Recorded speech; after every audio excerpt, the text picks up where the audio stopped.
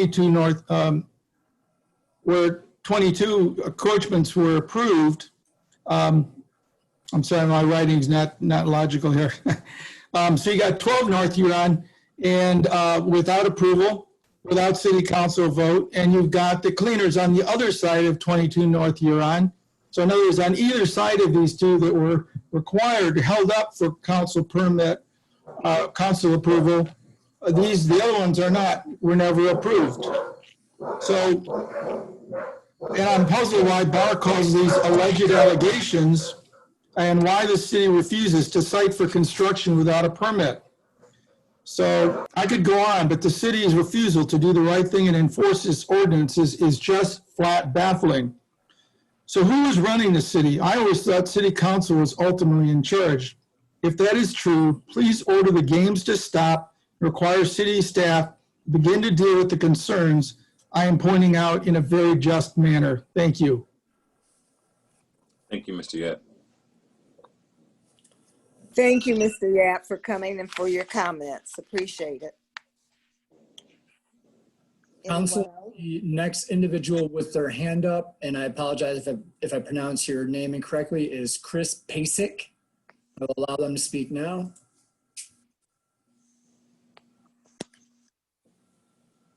Yeah, Pasek, just so you know, but it's okay. Yeah, everyone's messed up my whole life. So anyway, I'm Chris Pasek, lead pastor of Unite Community Church.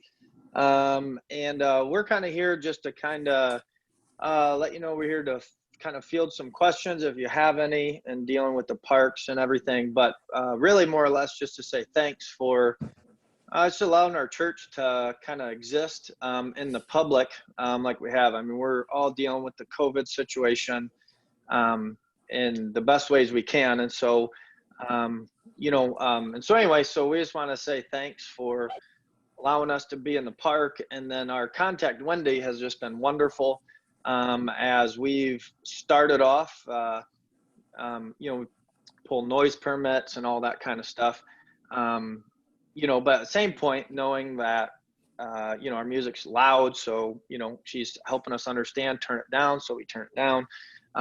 You know, but anyway, but from being able to be in the park, cleaning up the park with you guys, just partnering with that, really just we're here to kind of say thanks. And honestly, and then as you move forward into some of the meeting later on, if there's any questions or things that you guys have, me and then also our CFO, Sean Javero's on the call. But I mean, trying to keep everyone safe with masks on is always a moving target, you know, especially with different things from the Washington Health Department has kind of upped things because of the university's back meeting. Anyways, but for us, it's just been a real pleasure and joy working with even some of the cops rolling through, from Wendy to everything. It's just been good. So we're here kind of just to say thanks. And if there's any questions further on in the meeting, we'd be more than happy just to talk about it, let you know our perspective. But we have 2 more weeks in the park. And then after that, we'll be going back online as a church. We normally meet at Pease Auditorium at EMU.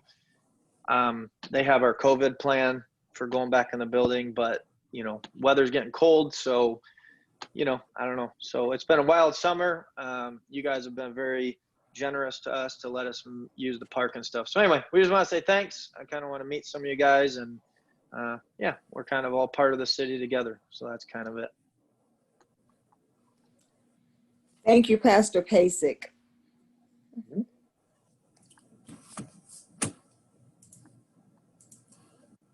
Council, the next individual with their hand raised is Doug Kaiser, and I will allow them to speak now.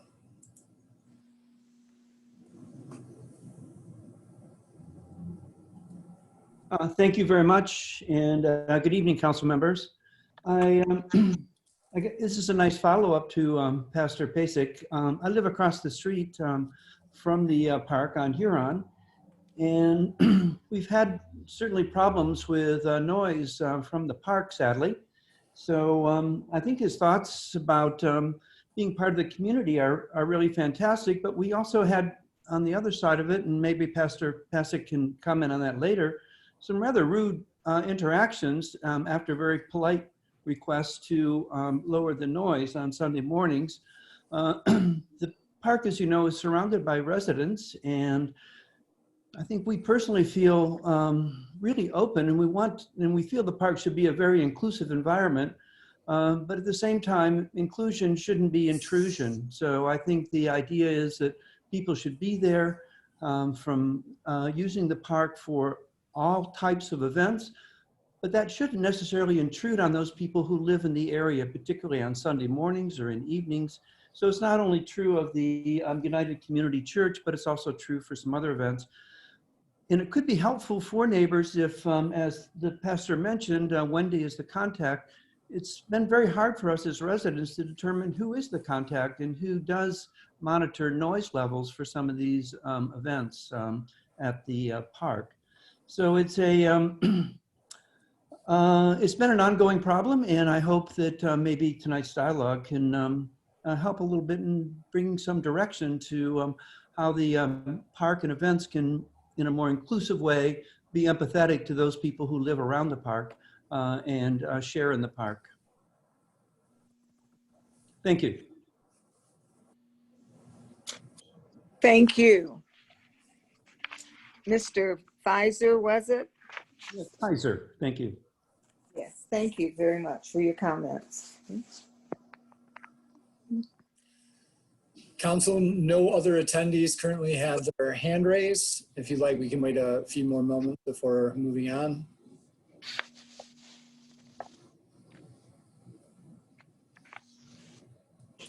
If there's anyone else in the audience that would like to speak, please raise your hand.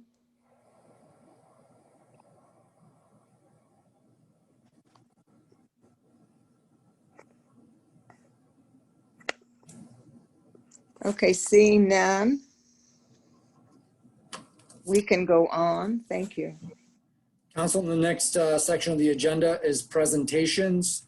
The first item within that section is proclamation for the Suicide Prevention Month, and it will be read by City Manager Francis McMullen. Thank you. Thank you. Andrew. Okay, proclamation in support of National Suicide Month, Work Suicide Prevention, and National Recovery Month. I'm just going to read a portion of this and probably have the rest of it read into the record. Where September is known around the United States as National Suicide Prevention Awareness Month, and it is intended to help promote awareness surrounding each of the suicide prevention resources available to us and in our community. The simple goal is to learn how to help those around us and how to talk about suicide without increasing the risk of harm. And whereas suicidal thoughts can affect anyone regardless of age, gender, race, orientation, income level, religion, or background. And whereas according to the CDC, each year more than 41,000 people die by suicide.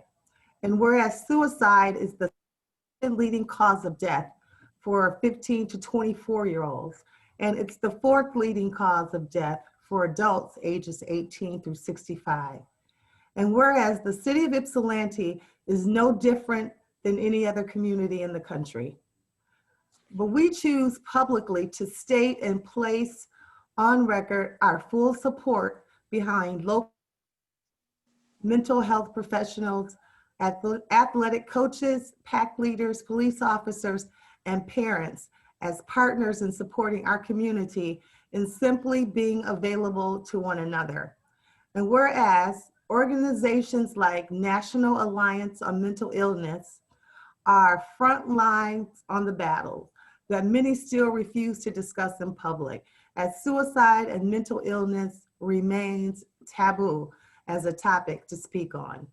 Whereas every member of our community should understand that throughout life's struggles, we all need the occasional reminder that we are all silently fighting our own battles.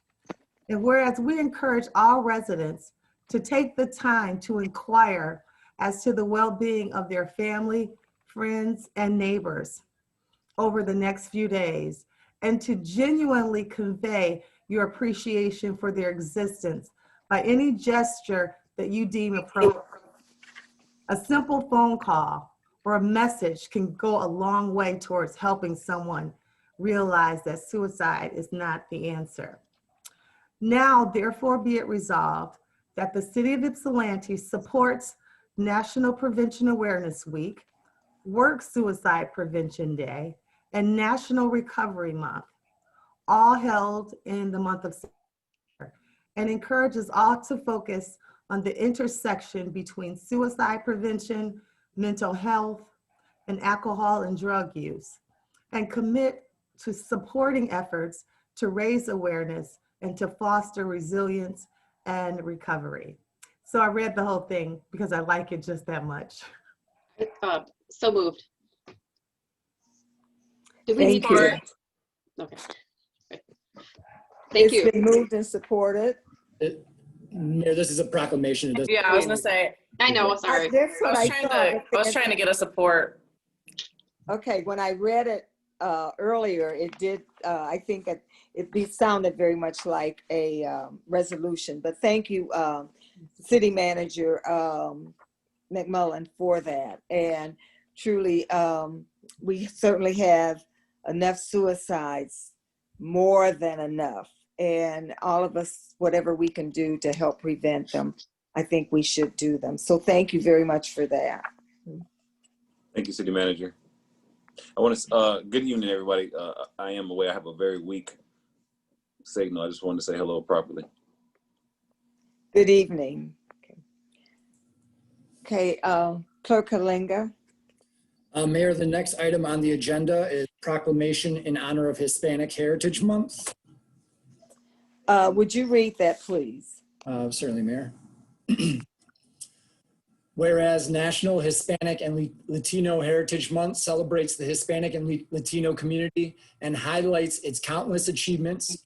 And whereas the observation began in 1968 as Hispanics Heritage Week under President Lyndon B. Johnson and was enacted into federal law on August 17th, 1988, calling upon all the people of the United States to observe this time with ceremonies, activities, and programs. And whereas many Latino Americans trace their roots to cultures of the indigenous peoples of the Americas, including the Arawaks, the Aztecs, the Incas, the Maya, and the Taínos. Some trace their roots to the Spanish explorers or the Africans who were brought as slaves to the New World.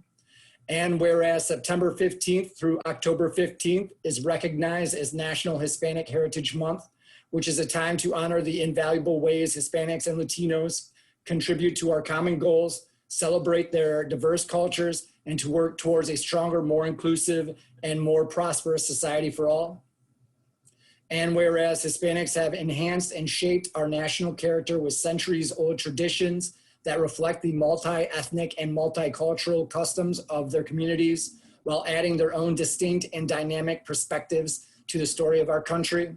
And whereas Hispanics and Latino Americans represent a significant and fast-growing demographic in the city of Ypsilanti, we honor the invaluable ways they contribute to our great city. Now therefore be resolved that I, Mayor Lois Allen Richardson, on behalf of the city of Ypsilanti, proclaim September 15th through October 15th as National Hispanic and Latino Heritage Month. Thank you very much for reading that. Any comments from anyone? Any council people? Person?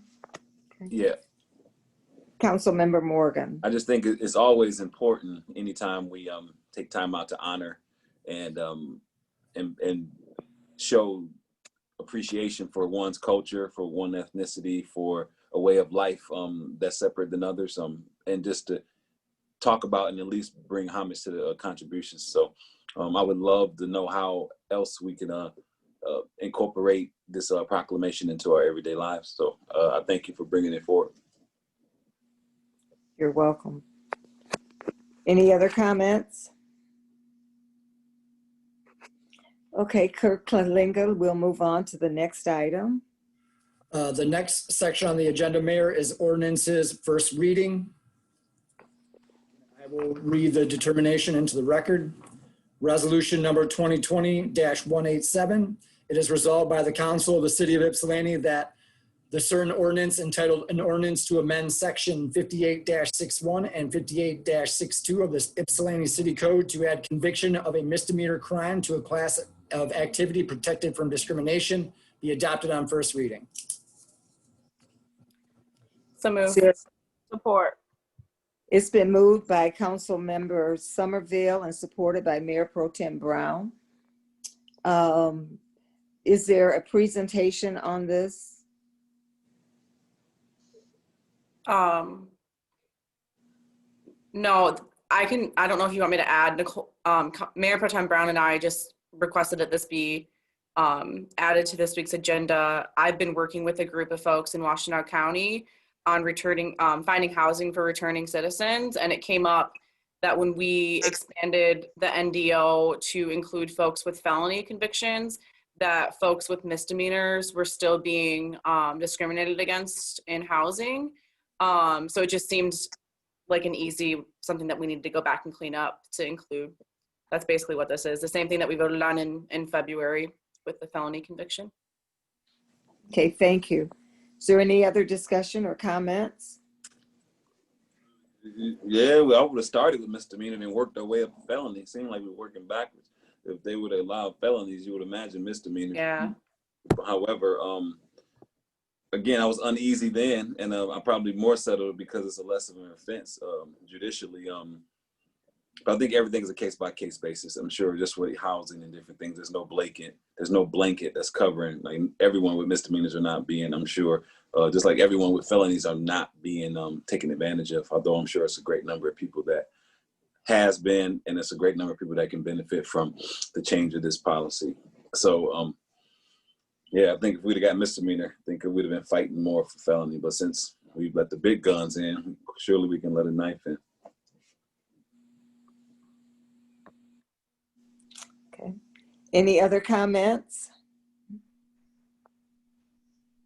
Okay, if not, pardon? Oh, I'm sorry. I have a question. Didn't see you. Yeah, how much latitude would, for example, a city manager have in an employment decision?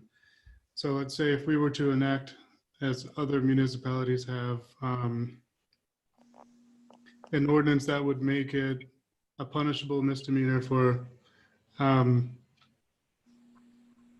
people for a race-based misuse of police time or other emergency responders' time, if that became punishable by law with a fine as a misdemeanor, certainly we would all agree that that sort of person shouldn't be serving Ypsi citizens. And also, $500 is probably not going to reform that person. How do we protect citizens from that? Felonies, I sort of understand because it's sort of like you've paid your debt. In this case, though, these are really small, minor fines, 90 days in jail, that sort of thing. I agree with the housing. I think overall this is very sensible, but sort of how do we protect ourselves? So first of all, I'm going to refer this to HR, but it really depends on what the offense is, what the misdemeanor was. And I think, like you said, if the misdemeanor was interfering with police or something of that nature, I'm sure that we probably, if they had the qualifications, I'm sure that they probably would be afforded an interview. And because that's what we do when people have the qualifications. But at the end of the day, the person that is selected is usually based upon their background and also the department. So that would definitely be left up to them. I wouldn't have a say in who they chose unless it rose to my level. Normally, that's something that's handled by HR and that department director. I don't know if does that answer your question? Because the department would look at it in their background, and then they would determine if this person was a threat to their operation or not good, and make that determination. I think if they had just, could not make up their mind, then maybe it would rise to my level to say, if we should hire this person or not. And I think that's the same with someone that has a misdemeanor for handling money, right? Or, you know, stealing something, and they apply for a job in the treasurer's office. I think that they probably, if they had the qualifications, would be granted an interview. But as they did their background and found out these things, I am confident that our department directors would know if that person was, they would probably decide that person isn't feasible based on that misdemeanor as it relates to that, you know, department. I think that makes sense. Maybe for me, the way this is a little trickier than a felony might be is someone convicted of a felony probably has a longer history of these kind of actions. Mm-hmm. But if someone were convicted of a misdemeanor, what do we do if the misdemeanor offense is the only proof that there is of this sort of behavior? Would this mean that we can't discriminate, you know, sort of based on that? I would say if it's not related to that department in any kind of way, that's why we have this, so that it does not prevent them from being considered equally. But not the expert on that, Mr. Barr. I think that's why we put him as a protected class, so that that doesn't knock them out of the pool. I have something to add as well that's directly in the ordinance too. Sorry. I apologize. Because it says directly in the ordinance that it's basically saying they wouldn't be denied an interview if they met the qualifications, but specifically unless there's a direct relationship between the conviction offense and the housing, the job opportunity, then that person could be at risk of not being able to obtain the employment, but they would just not be ineligible to be looked into or sought after for an interview or to apply for that job. So if there was a direct correlation between an offense that they were convicted of that you know, correlates with the city, then they absolutely may not be eligible to receive the offer for the job, but they would still be able to interview, apply, and be looked at like everyone else who applied who had the qualifications for that role. So in this case, then, if the city had an anti-racism policy and this person were convicted of some sort of race-based offense, okay. Correct. Yes. All right, Mr. Barr, did you have something you'd like to add? Only if council has a question. Okay. Councilmember Jones-Chance, do you have a question for Mr. Barr? No, I think that cleared up. I did have a question about that section of the ordinance as it was written, whether or not that was explicit enough, but I think that answers it. Okay, thank you. Did you have anything to add, Ms. Jones? No, I think it's been covered, but thank you. Thank you. Okay, Mr. Wilcoxon, do you have anything? I think we need to do we have to open up the public hearing yet? Or no? Yes, we do. We will. Okay.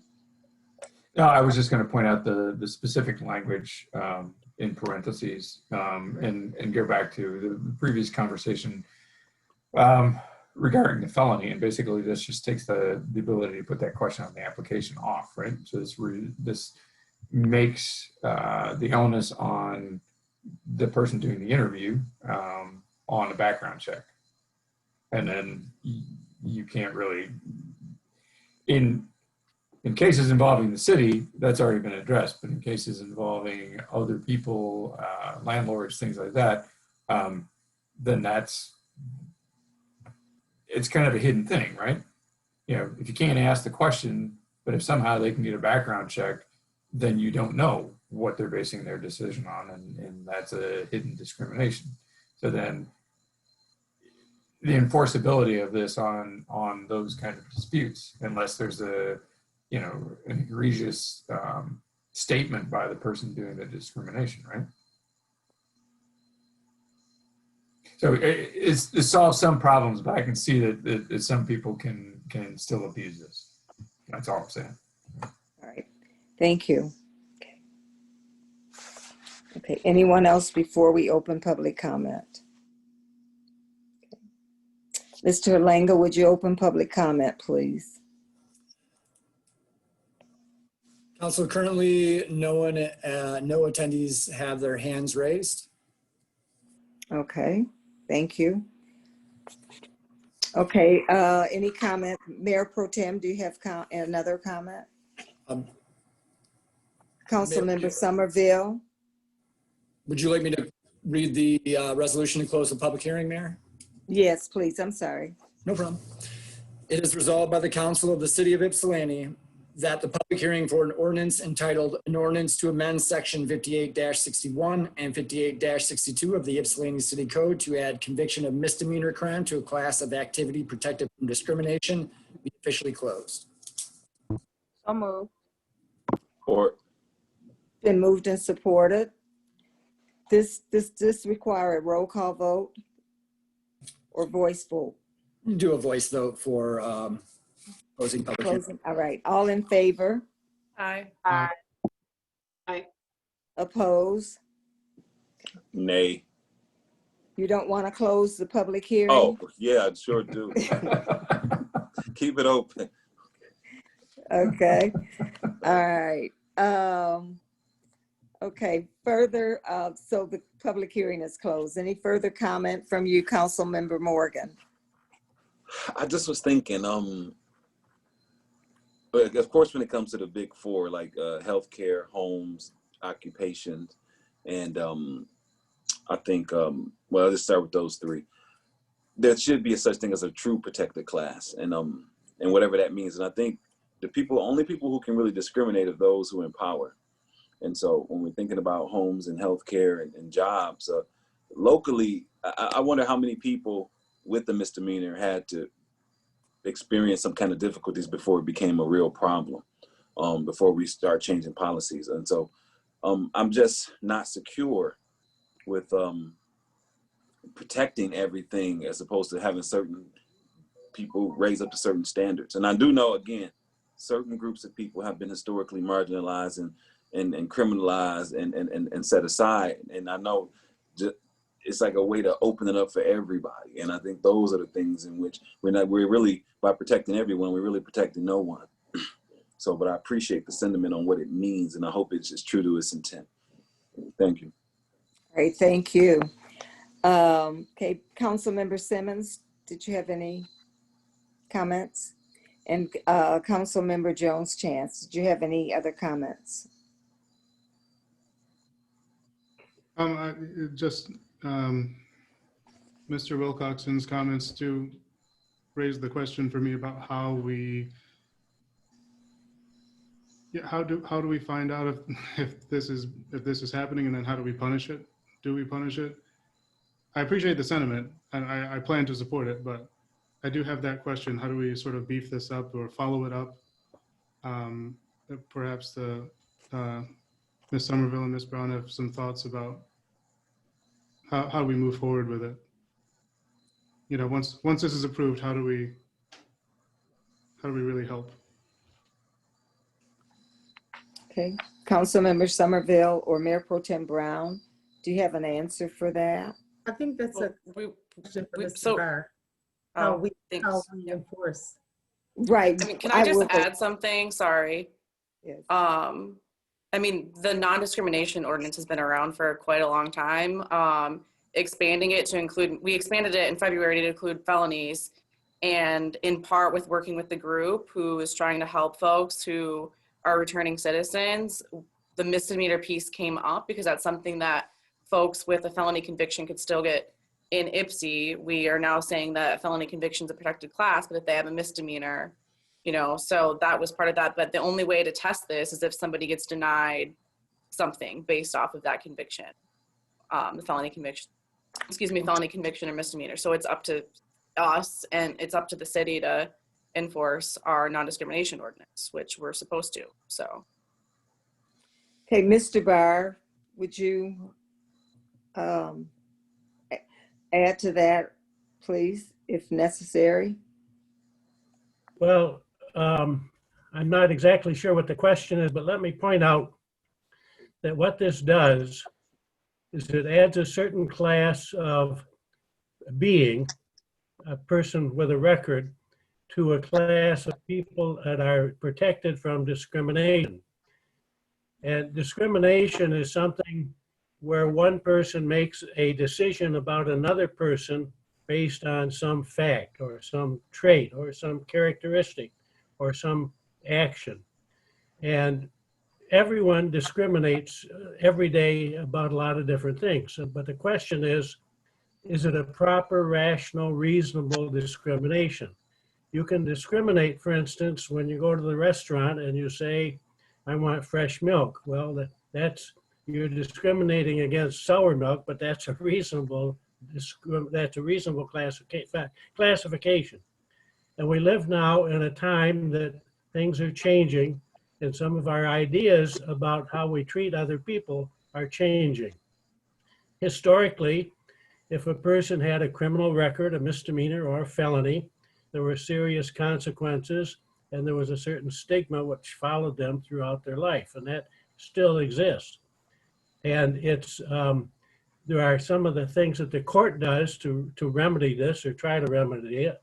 For instance, if you have a misdemeanor conviction in Michigan, after 5 years, if you don't have anything further, you can move the court to expunge that from your record.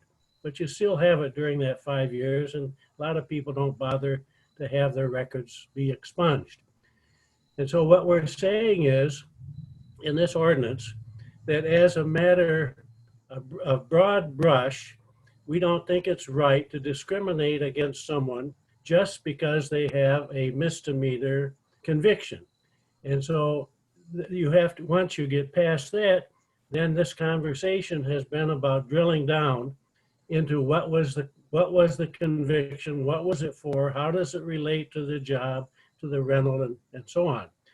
And so I can't remember who it was, but somebody said that, you pass an ordinance like the discrimination ordinance, and there's a lot of unknowns, and it may work or it may not. Usually it works, but if it doesn't work, then you can come back and change it.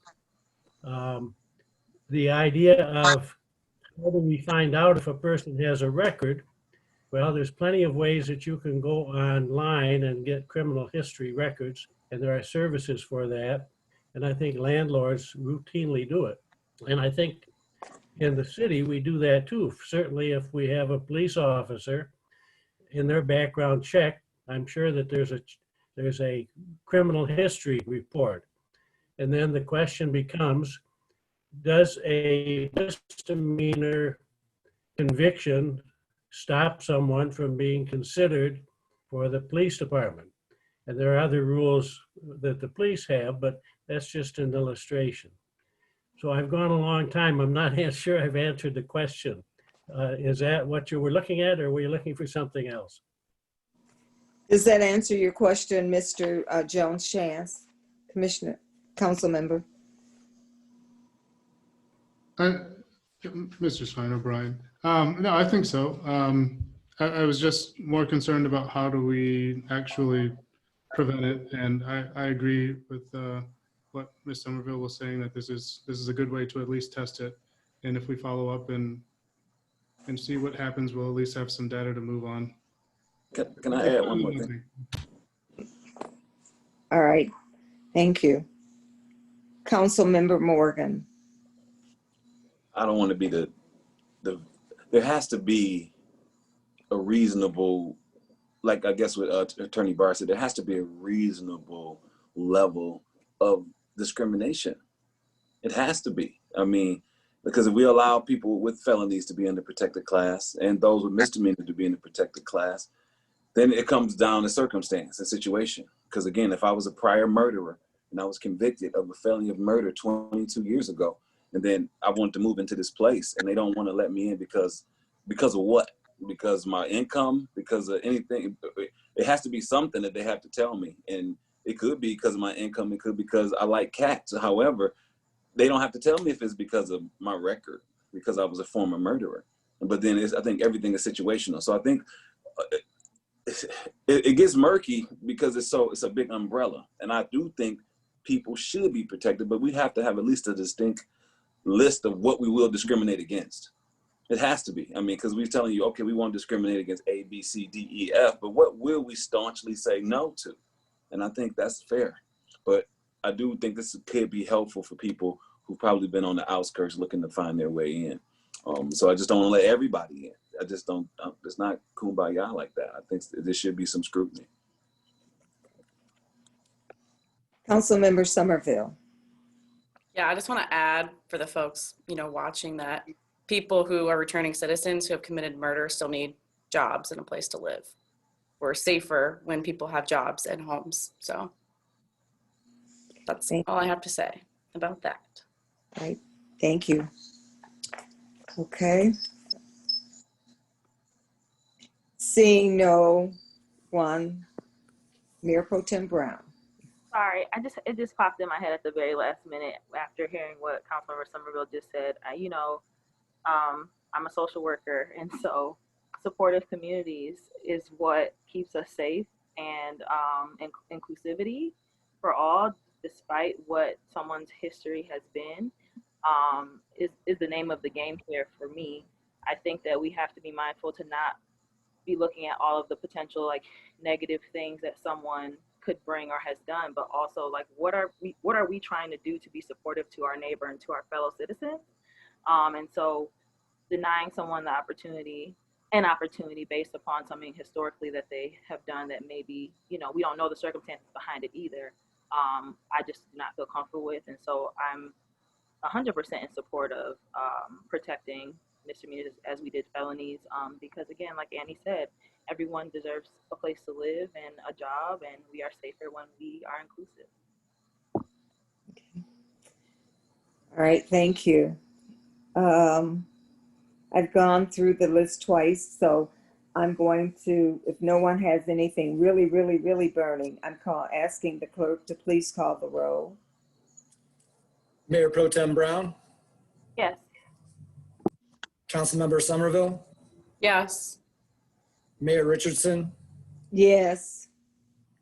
Councilmember Morgan, Yes. Councilmember Simmons, Yes. Councilmember Jones Chance, Yes. Councilmember Wilcoxon. Yes. Motion carries unanimously. Thank you. Thank you, everyone. May we please have the next resolution? Mayor, the next item on the agenda is the consent agenda. Now read the resolution. Resolution number 2020-189. Resolved by the Council of the City of Ypsilanti that the following items be approved. Resolution number 2020-190, approving the minutes of September 1st, 2020. Resolution number 2020-191, approval of appointments to boards and commissions. Resolution number 2020-192, approving ordinance 1364 and ordinance to amend chapter 106, article 5, section 106-454A of the Code of Ordinance to adjust sewage rates. Resolution number 2020-193, approving ordinance 1365 and ordinance to amend chapter 106, article 5, section 106-454B of the Code of Ordinances to adjust water rates. So move. Your support? Support. Been moved and supported to accept the consent agenda. Clerk Halenga, is this a voice vote? This will be a roll call, Mayor. Thank you. Would you call the roll, please? Councilmember Somerville, Sorry, I had to unmute myself. Yes. Mayor Richardson, Yes. Councilmember Morgan, Yes. Councilmember Simmons, Yes.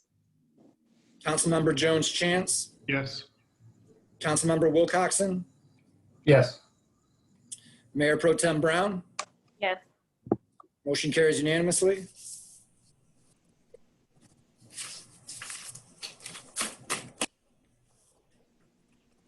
Thank you. The next resolution, please.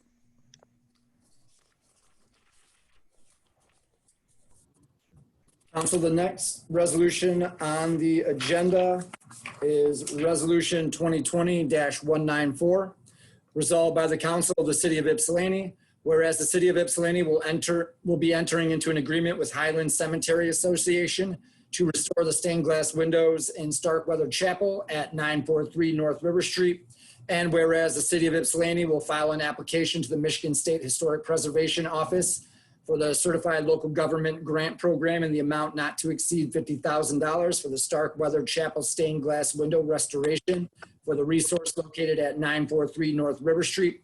And whereas Scott Slager, Preservation Planner for the city of Ypsilanti, is appointed as the grant project manager who will oversee the CLG grant management and grant administration duties. And whereas the city of Ypsilanti will receive and pay vendor invoices related to the grant project. And whereas Richard Robb from Highland Cemetery Association is authorized to sign the required historic preservation easement and record it at the County Register of Deeds before the grant reimbursement will be processed by SHPO.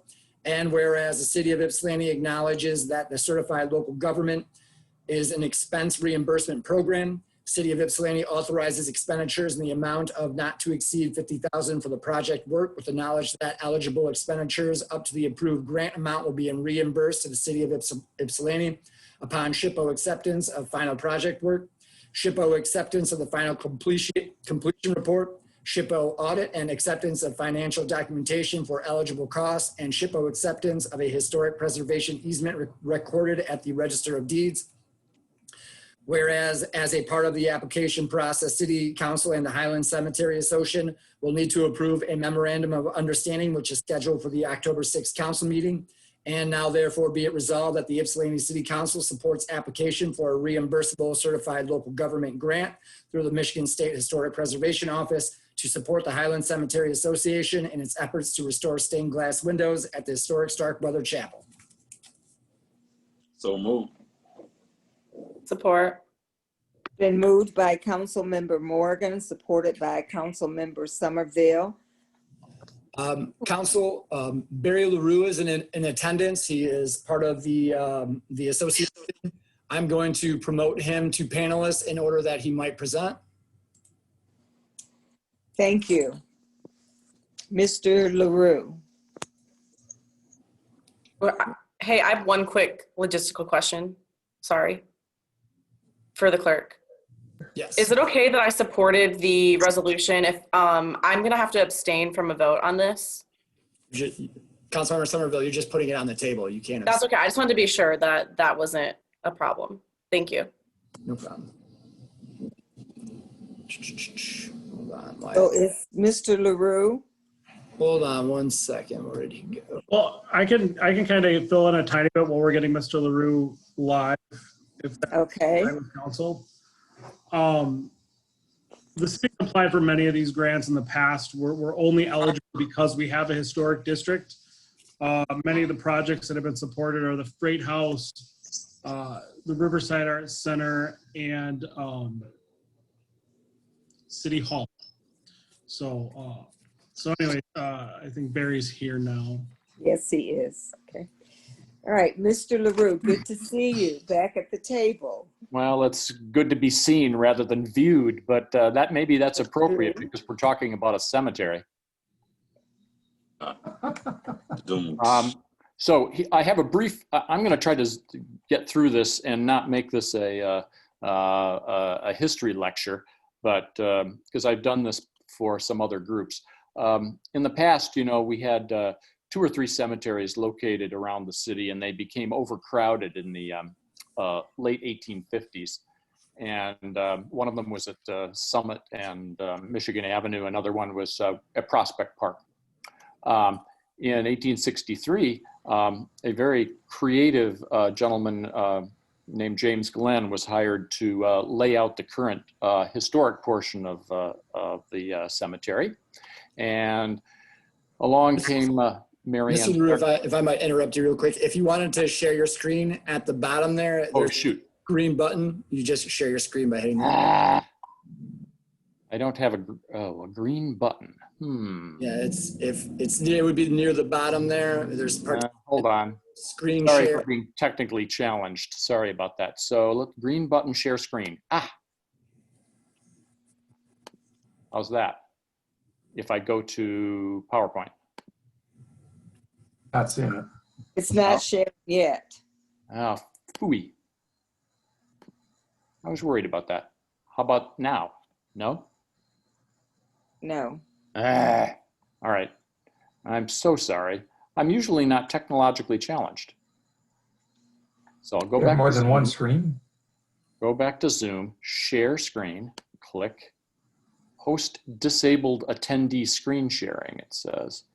So, Mr. Halinga, could you Yeah, allow him to help share? me out here.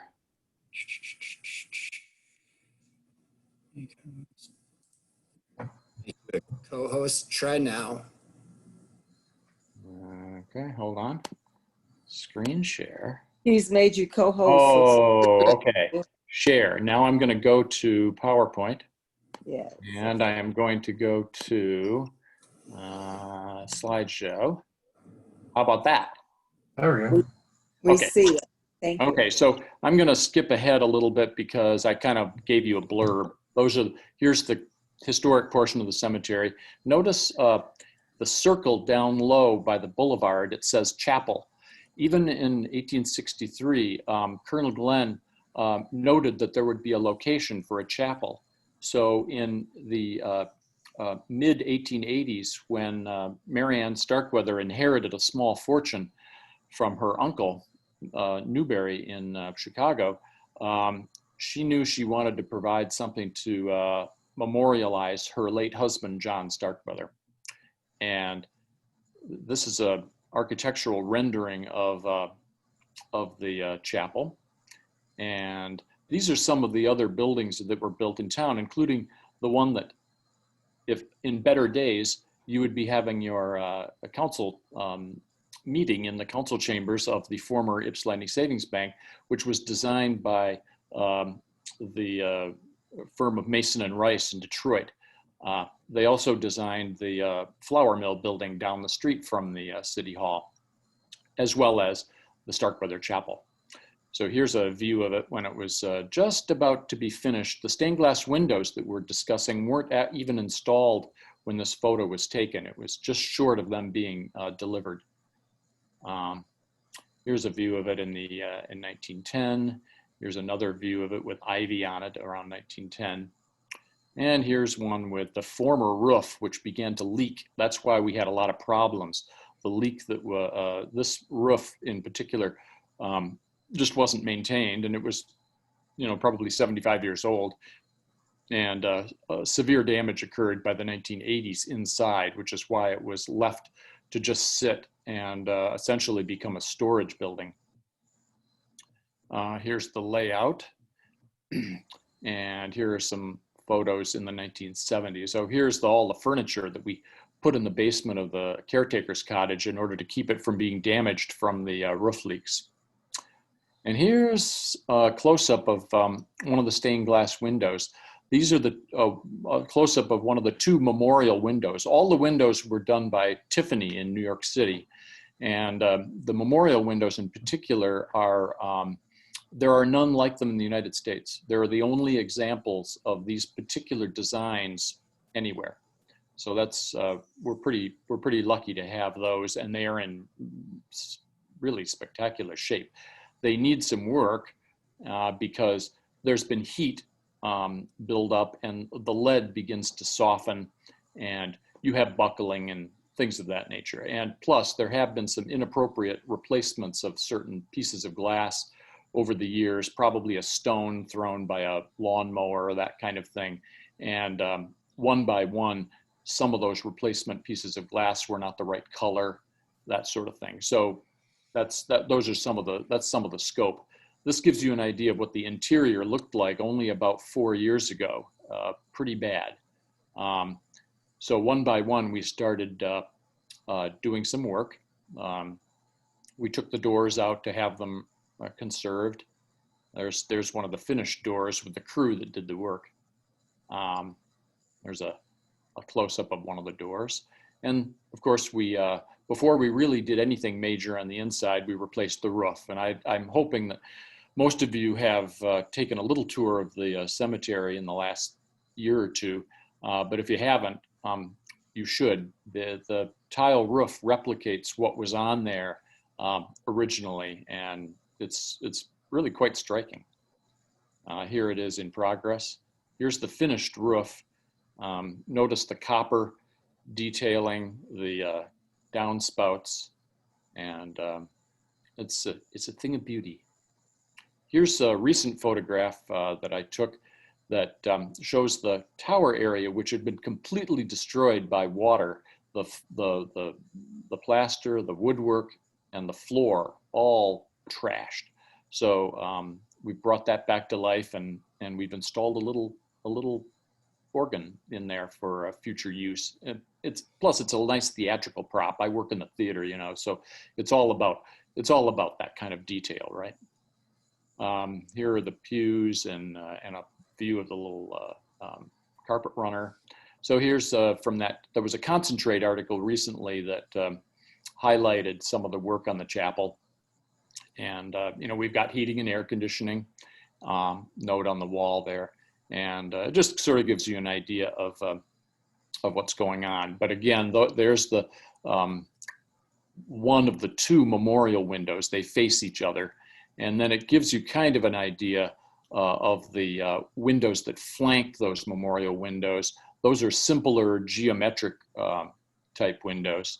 And this is just real brief. I have a little fundraiser on GoFundMe, and we've had some fairly generous donors come to us directly and write some very tasteful checks. Plus, you're probably aware of the solar array that we have down at Clark and River Streets, and that income stream has helped us to, for instance, put on the roof. But again, there is still a shortfall, and that's where we get to down at the bottom on these bulleted points. I'm just about done with phase one. I just have a couple of walls to paint and some cleaning of the woodwork, and then, other than COVID, you know, we could start having funeral services in there again. And then phase two is stone repair and stained glass conservation. So when I talked to Scott, you know, we identified that the stained glass is pretty critical, but the stone is too. So the nice thing is that we have a certain amount of funds that we've accumulated for phase two, so that in conjunction with the possible funding through the State Historic Preservation Office, I think that we'd be in a position to be able to do stone conservation and the windows, because it's helpful to get that work done simultaneously. So we would coordinate that work, but that the SHPO grant would be used to pay for stained glass conservation. Here's the board of directors, and note that in terms of Councilperson Somerville, she was recently appointed to the board, and the rules for nonprofit board members are that, and Mr. Barr will I'm sure attest to this, is we cannot inure a benefit. So we are by law not allowed to have any direct compensation or any kind of benefit for serving. I still think probably that she would need to abstain, but just be assured that none of us draw any kind of financial or otherwise benefit for serving on the board of the cemetery. So that's really my pitch. I appreciate greatly the city being willing to act as fiduciary for this grant. And remember that we were recently put on the National Register of Historic Places through Robert Christensen. He's the retired National Register coordinator for the state. And in retirement, he helped us out by writing the application. And that's what allowed us to qualify for these certified local government funds. So this was all an evil plan over a long period of time. And now it's come to fruition. So I'm pretty darn happy, and I hope you're happy, and I earnestly hope that you will support this resolution.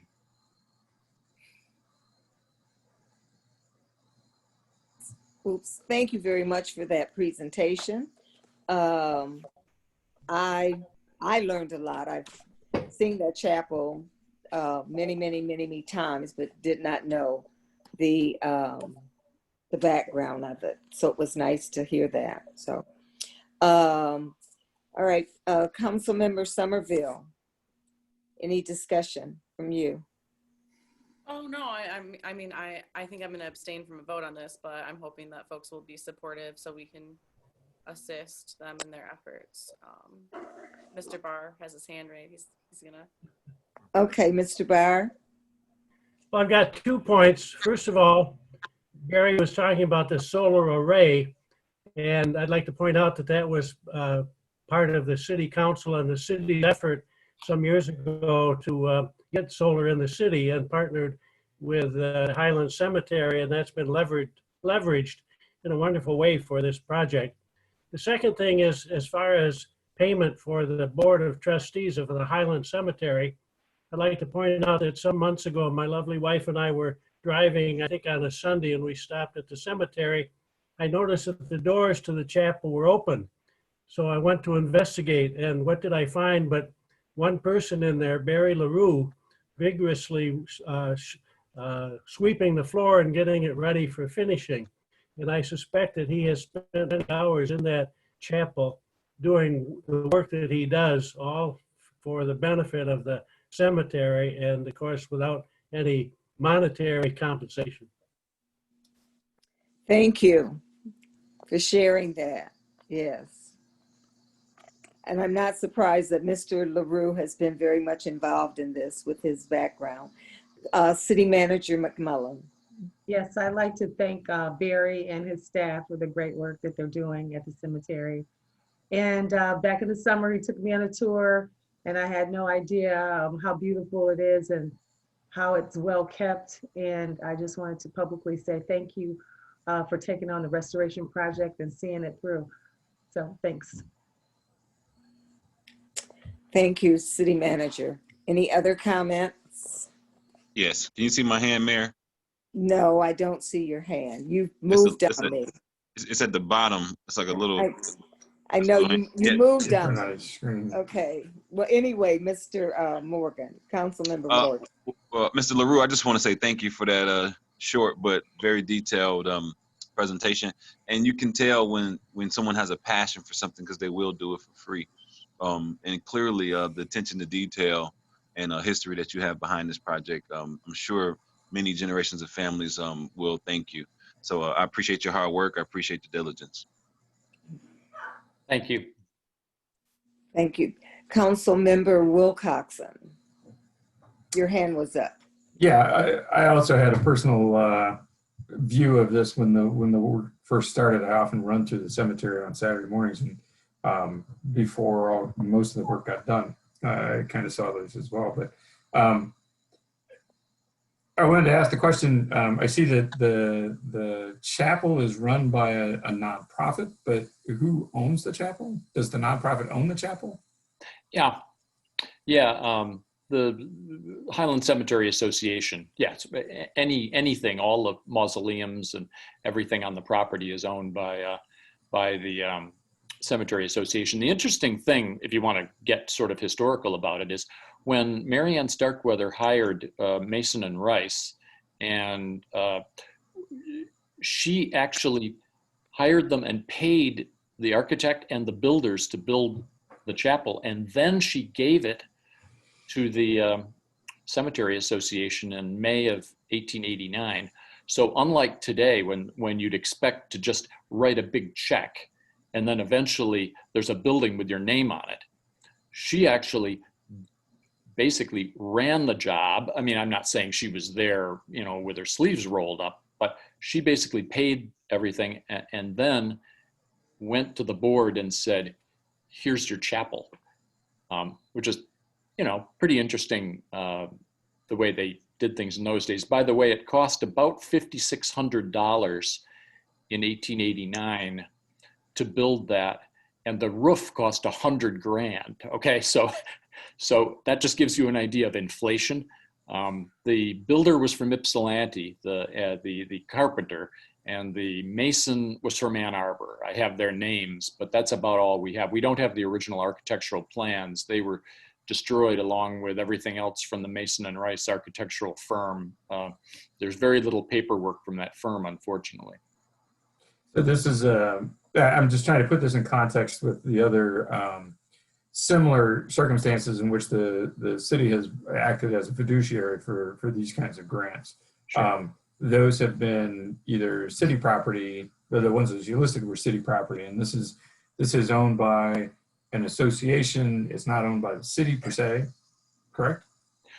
Correct, but it's listed on the National Register, and Ypsilanti, and in addition to that, Washtenaw County is a certified local government, but Ypsilanti became a CLG in the late 1990s, early 2000s. I actually, while I was on council, brought that up to have the city become a CLG for those kinds of grants. Little did I know that the Starkweather would possibly benefit, but the idea is that the city could apply for those CLG funds both for buildings that they own and for other National Register listed properties within the city. And anything in the historic district is by virtue on the National Register.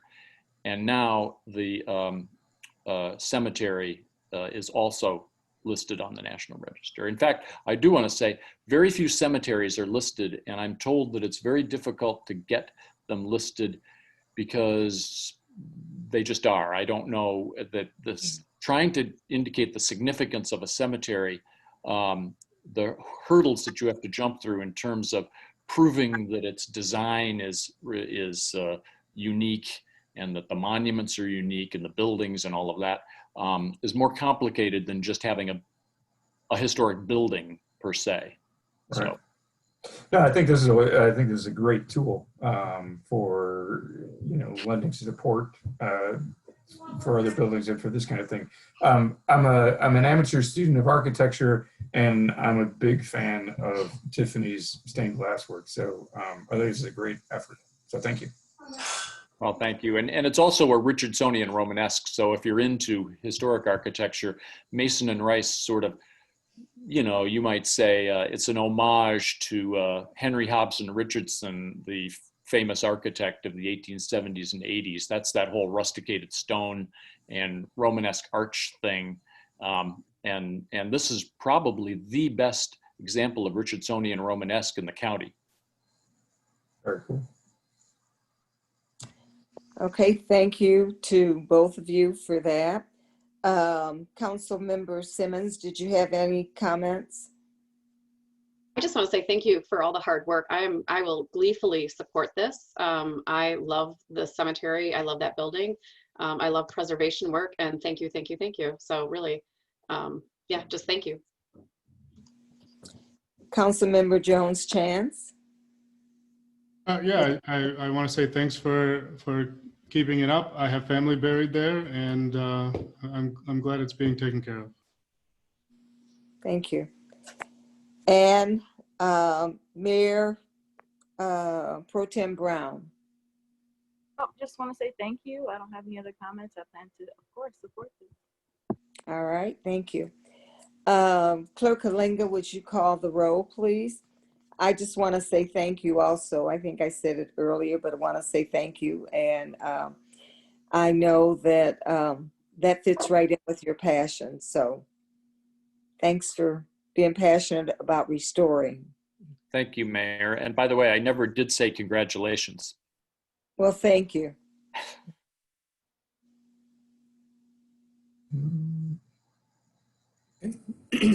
Calling the roll on 2020-194. Mayor Richardson. Yes. Councilmember Morgan. Yes. Councilmember Simmons. Yes. Councilmember Jones Chance. Yes. Councilmember Wilcoxon. Yes. Mayor Pro Tem Brown. Yes. Councilmember Somerville. Abstain. 6 yes and 1 abstention. Motion carries. Thank you very much. And Councilmember Somerville, thank you for your abstention. Okay. Okay, the next resolution, please. Thank you again, Mr. LaRue, for coming and sharing that with us. Appreciate it. It was fun. I look forward to coming back when you're actually in person at the City Hall someday. Okay, we will welcome you.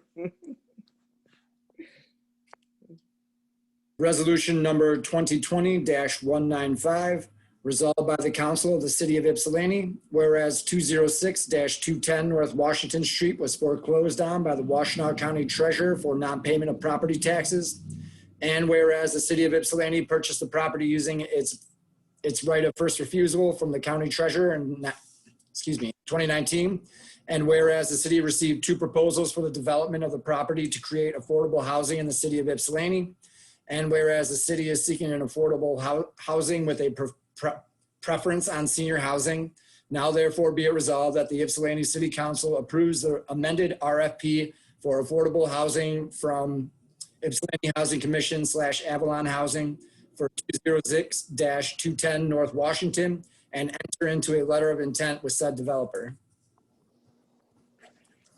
Or, Your motion, so move. is your support? Support. Okay, it's been moved by Councilmember Morgan, and I believe the first support I heard was Councilmember Wilcoxon. Is that correct? That's correct, Mayor. Thank you. Okay. All right. Councilmember Morgan, do you have any discussion on this item? Or do we have a presentation? Yes, we do. Yes, okay, thank you. Okay. So good evening, Council. As was listed in the packet, and as most of you know, and Councilmember Jones-Chance, you might be getting caught up to speed. Back to 2019, we purchased the property at 206-210, which was a fire damaged building, with the hope of developing affordable housing there. We, at that time, we wanted to put it out for bid. COVID delayed it. We actually got it out for bid. 3 people toured the facility to put a bid in. And we're kind of here right now. And the main reason that I haven't recommended a specific developer is, number one, we have 2 overly qualified developers who have proven themselves in Washtenaw County. It's a policy decision, in my opinion. The Housing Commission stuck to the RFP and really focused on giving a preference for senior affordable housing, whereas the Avalon decided that they really, their mission of supportive housing units was more, and they actually want to give us 20 units instead of 16. And so there's definitely a difference there. One is focused on senior affordable, one is focused on supportive housing units. So that's why there isn't a recommendation, because we haven't had this discussion. And in my conversations with council members, well, we do need senior affordable housing. We also need other forms of affordable housing as well. And so what I have done is I've invited both Avalon and the Housing Commission here tonight to give you guys each a 5-minute maximum presentation to actually kind of give their pitch on why they should develop this property. And then from there, you guys will have to make your decision on the policy matter. So does anyone have any questions on that?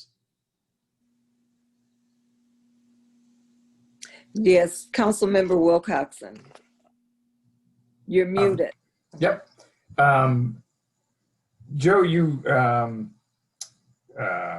had set this up with your written statement, and your statement just now. You were saying that this is basically a policy statement of, are we focusing on senior housing or not? And that Avalon was saying that a good portion of their residents are seniors, do qualify as seniors. But then I saw somewhere in the Housing Commission proposal that there were only 4 units that were going to be dedicated to senior housing. So I don't see that as a focus. If it's only 4 out of 16, that seems so kind of... That's wwhy there's the secondary and the second page of the RFL. They're actually, if you look at the attached RFPs in there. Once we got both proposals back, we reached back out to each developer and said, hey, sharpen your pencils. So the Housing Commission is guaranteeing 16 affordable housing with a senior preference. And then Avalon, their model, while some of the residents are senior, I think their model is not to have a 55 plus. It's to really get the most needy people. And I'm going to let them, actually, I don't even want to say that. Please cancel that. Let them actually explain their mission. But they're looking for more of these supportive housing units. And whereas, which, you know, I did indicate to all of the developers that this is what council had requested in the RFP, but you could choose to do anything and make your case. So, all right, thanks. Are there any other questions before I turn it over to Avalon first? I just have one comment. When I read through it, I saw that the housing indicated that they would only have 4 affordable units and that the rest of the units would be market rate. They have changed that in their subsequent proposal. All 16 units would be affordable at 60% area median income instead of 80% area median income. Was that in the report that we got? Because I read through. I didn't see the change in that. It is on page 35 of 640, and it's also in their proposal. All right, thank you. Okay, if they're ready for it, we can have the presentation from, you called Avalon first? Avalon first, because they start with A. Thank you. Good evening. My name is Aubrey Patino. Can you hear me? Okay. Yes. Okay, wonderful. I'm the Executive Director of Avalon Housing. Thank you so much for your consideration of our proposal this evening. I'm just going to say a quick word and then turn it over to Wendy Carty-Saxon, who's our Director of Real Estate Development. So for those of you who don't know us, Avalon is a real estate developer, property manager, and service provider. We own and operate 292 units scattered over 25 different sites. All of those are in Ann Arbor with the exception of one that's in Chelsea. We've got another development in the pipeline in Dexter and then 2 more in the city of Ann Arbor. In addition to our housing stock that we serve, we also serve tenants living with the Ann Arbor Housing Commission and a number of individuals living with private landlords. Part of what really excites us about this opportunity is its proximity to many of those folks who we've been serving in the city of Ypsilanti for some time. So supportive housing is a combination of affordable housing and support services that help people achieve housing stability and lead healthier, productive lives. We provide supportive housing for people who have typically been chronically homeless and often have behavioral and physical health challenges. And we offer housing to those who need it the most without preconditions, and then provide a broad array of supports that help them to stay housed and engage and support them on their individual path to recovery. So in Ypsilanti, we're serving about 80 households right now. We are really excited about this particular location because it would allow us to offer community center space as well as office space proximate to many of the folks we're already working with, in addition to being able to provide new housing opportunities as well. So with that, I'm going to turn it over to Wendy Carty-Saxon, our Director of Real Estate Development. Great, thanks. I appreciate it. We appreciate the opportunity to be here tonight. I'm just going to give a brief description of our proposal, the financing, the team, and then areas we'd really like to dive into or would like during a due diligence time. So we're proposing 20 units, primarily 1 bedrooms, maybe a couple efficiencies, depending on once we get more into it, right, how it all shakes out. And accessible community center is part of the development with some service office space, laundry, and at least 1 fully accessible unit. It will be a supportive housing development and with at least 15 of the 20 units being designated as supportive housing. And the way we're envisioning our funding sources, they're all sources that we've used successfully multiple times before. Low-income housing tax credits, that could account for about 85% of the total funding. county home funds, federal home loan bank funds, project-based vouchers. We could request from the state, from MISTA, if we're approved for tax credits. We ask for a pilot from the city. And then also we explore additional sources like maybe Brownfield or the Michigan Community Revitalization funding. We feel that as supportive housing would be a very competitive application. That's what we've applied under before for tax credits and these other sources. Criteria always change, but we do feel strong on this kind of application for that. We're also very confident and like our project team, it's a team that's worked together successfully in the past on many developments, collectively and in different groups. Cornerstone Design is our architect and Phoenix Contractors is our general contractor. Our overall costs for the development do include $105,000 as the purchase price for the property. I did want to call out a few areas that are in our letter of intent that we want to explore more thoroughly during the due diligence. So it's in there, but I just wanted to call it out. The total development cost is one of them. In our preliminary estimates, our costs to rehab are running right up against MISTA's, the state's maximum tax credit per unit total development costs at the 20 units. That cost unit max is applied against any funding sources. So even additional funding sources to bring in wouldn't alleviate that. And that's basically a fairly hard cap.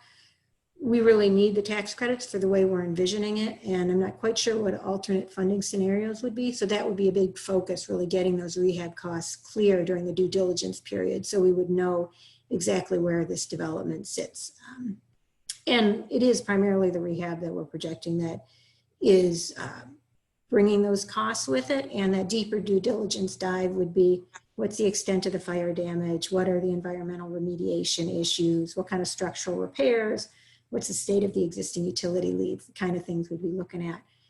And then to get to the 20 units, we're looking to build up 2 units on the 1-story side. And visually, it looks like it's something that, hopefully would indeed be doable. But during a due diligence period, we look more at, the footings, the bearing capacity of the soil, how well the basement walls address water, impacts from the fire, and all those could impact that ability to build up. So we just really appreciate your consideration. We'd be very excited to increase our presence in Ypsi with a permanent physical location, both staff and serving additional households there. Be excited to be part of the community benefits process. And we just really appreciate your consideration. Thanks so much. Thank you. I believe next would be Mr. Fossler. Hello, thank you, Mayor. Thank you, Council, and thank you for having us.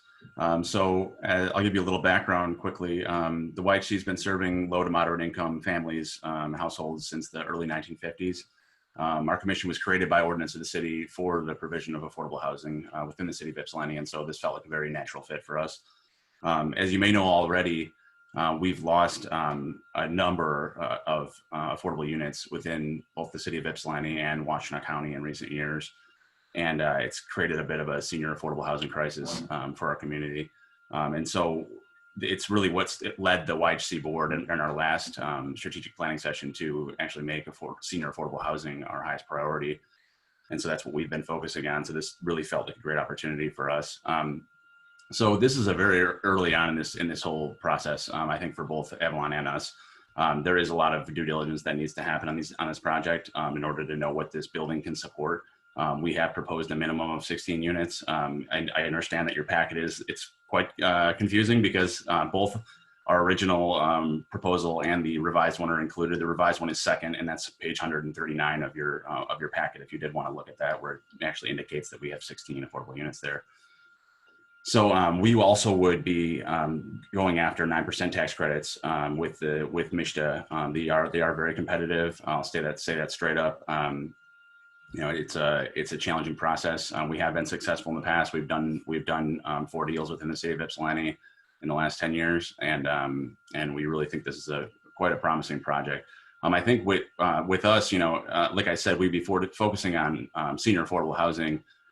Would also provide community spaces in the property. I'm reluctant to, we kept it down to 16 because we really there already in the current design are some studios. We found them to be not very popular with our residents, and so really prefer to stick to 1-bedroom units for the seniors.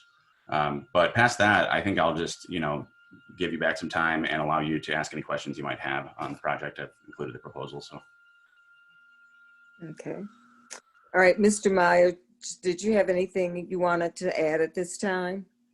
The only thing I would just add is that I feel like we're very lucky to have, and I said at the very beginning, very lucky to have two very competent, capable developers that I feel like we would be very lucky to work with.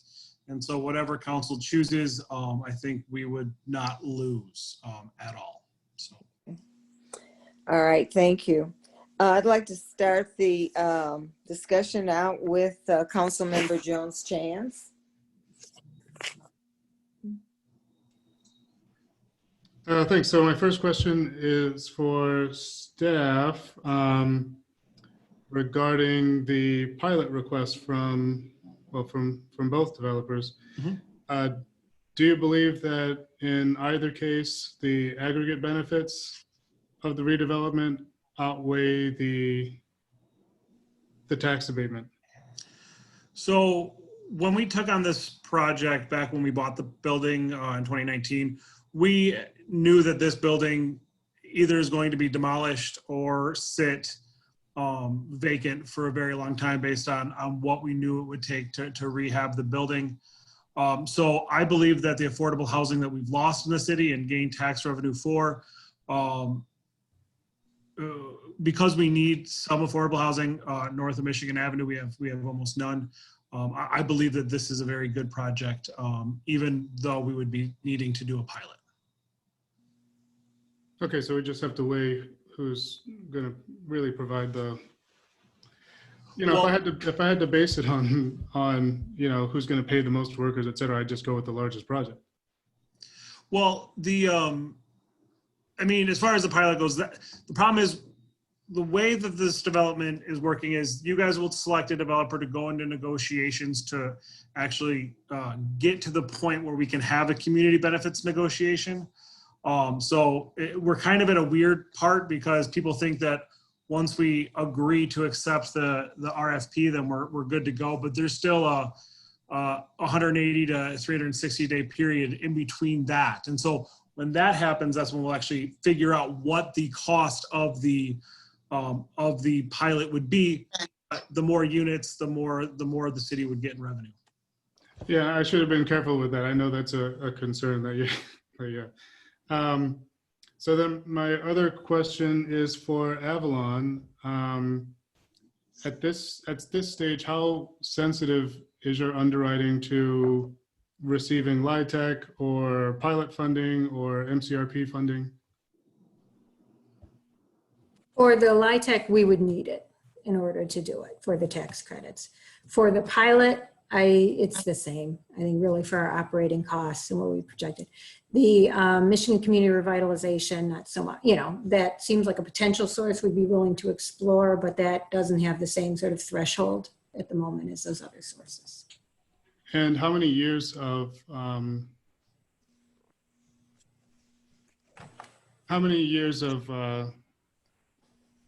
tax have you?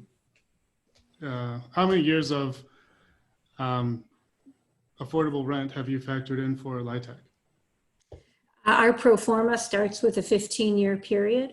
So that's what we project out. I will say, we re-up our properties. So, we are committed to keeping them affordable for the long haul. We have another tax credit development that a couple of years ago we re-syndicated. So we ran the first 15 years, then we came back with a reinvestment and continued on, as we've done for some of our smaller developments that are non-tax credits, we've reinvested in. So we expect to continue it, essentially in perpetuity if we can. And then another concern I had is the community here is, has a history with projects that get proposed and either don't get started or don't get finished. So the length of the due diligence phase is a little concerning, just based on the size of the property. Maybe that's something we'll get into as we get further down the line. And then for the Housing Commission, why have you why the focus on senior housing, and would you be willing to reconsider that, for other types of affordable housing? And I also didn't see the unit splits on the 16 units. Are they? Zach, can I say something before you start? Because Councilmember Jones-Chance, we actually put in our RFP that this was we wanted a preference on senior housing. So just so you know, that was in the RFP. But Zach, I'm sorry for cutting you off. I just wanted to make it very clear because Councilmember Jones-Chance was not on the board when this was proposed. Thanks, Joe. I was going to say the same thing to start with, but secondly, yes, we would consider other types of affordable housing. I mean, we do other types of affordable housing. We have supportive housing. We have, family housing. We have plenty of seniors. I did focus on seniors because, for one, the RFP called for it, and second, that is our highest priority right now as the commission. But we're also looking at, other opportunities for creating additional affordable housing in the community. So we're really open there. Was there a second question? I'm sorry. Yeah, I mean, I imagine if you're focusing on senior housing, they're probably mostly going to be one bedrooms, but what are the unit splits? I might have missed it in the packet, but. So yes, in this case, we'd be looking at doing 16 and 1-bedroom units. Thanks. Thanks, everyone. I'm done. Okay. Councilmember Wilcoxon, do you have any questions or comments at this time? I pass. Pass, okay. Mayor Pro Tem Brown, any questions or comments at this time? None, okay. Councilmember Somerville, any questions? Nope, I think everything was covered. Okay. Councilmember Morgan. Yes. I just have one or two questions. Thank you guys for being interested in some of this property here in Ypsilanti. I take it that everyone has read the housing affordability and economic equity study and analysis, and in it said the reality that Washtenaw County has two distinct housing markets, and one is in Ann Arbor. It's anchored by the city of Ann Arbor, and Ypsilanti Township is in some respects in abject distress. So I know when people come to our city looking to to continue some of the work. So one of my questions, because you say some like with supportive housing, people with behavioral, physical, and need some sort of support. What for I'm talking to Avalon and to the Housing Commission. What type of benefits or incentives does your companies or organizations get for dealing with such a protected class on the state or federal level? And is that factored into wanting to move to Ypsilanti? I don't know if I'm answering the question. I don't know in terms of quote benefits. We advocate for the population that we serve to be prioritized for low-income housing tax credits that are used in the context of supportive housing, because the intent of supportive housing is to really match that very rich resource with individuals and families who need that the most, because unfortunately it is a resource that we don't have enough of. So we want LIHTC to align with efforts to end homelessness throughout the state. And we certainly hope that's what we do when we see supportive housing developments come to fruition locally. HUD also prioritizes that population for their work around ending homelessness. And all of that is really predicated on an evidence base that's been built over the last few decades around Housing First, which is an evidence-based model that essentially believes that housing is a basic human right. It isn't a reward for clinical success. And so when you offer people safe, decent, affordable housing and you provide them with the services that they need, 9 times out of 10, it's highly successful and they thrive. So for example, our housing retention rate at Avalon is 95%, even though we screen in the quote hardest to house or folks who've had really difficult housing histories or many episodes of homelessness. So I don't know that it's that there's like an incentive in the way that you're necessarily framed in the question, but it is certainly the case that we're aligning it with those priorities because that's what our mission is.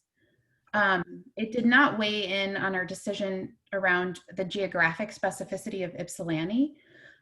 We are really motivated to develop, particularly at this location, because it's proximate to so many of the folks we're already working with in the city of Ypsilanti. And we just felt like it was a natural extension of our work already happening here, if that makes sense. Well, I want,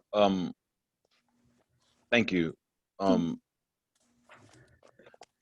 of the 701 apartments that went from fair market to, went from affordable to fair market, a lot of those owners said that this was based on a business decision. And based on the market and the business decision. So your business decisions that you're making are to ensure people have supportive housing.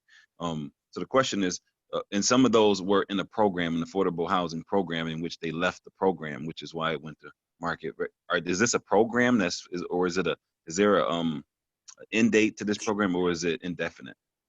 Yeah, it's a great question. Thank you for clarifying that. And so one of the frankly pitfalls of not partnering with nonprofit mission-driven developers like Ypsilanti Housing Commission and Avalon is that there is a risk when working with for-profit developers that they will go to market rate when their affordability requirements end.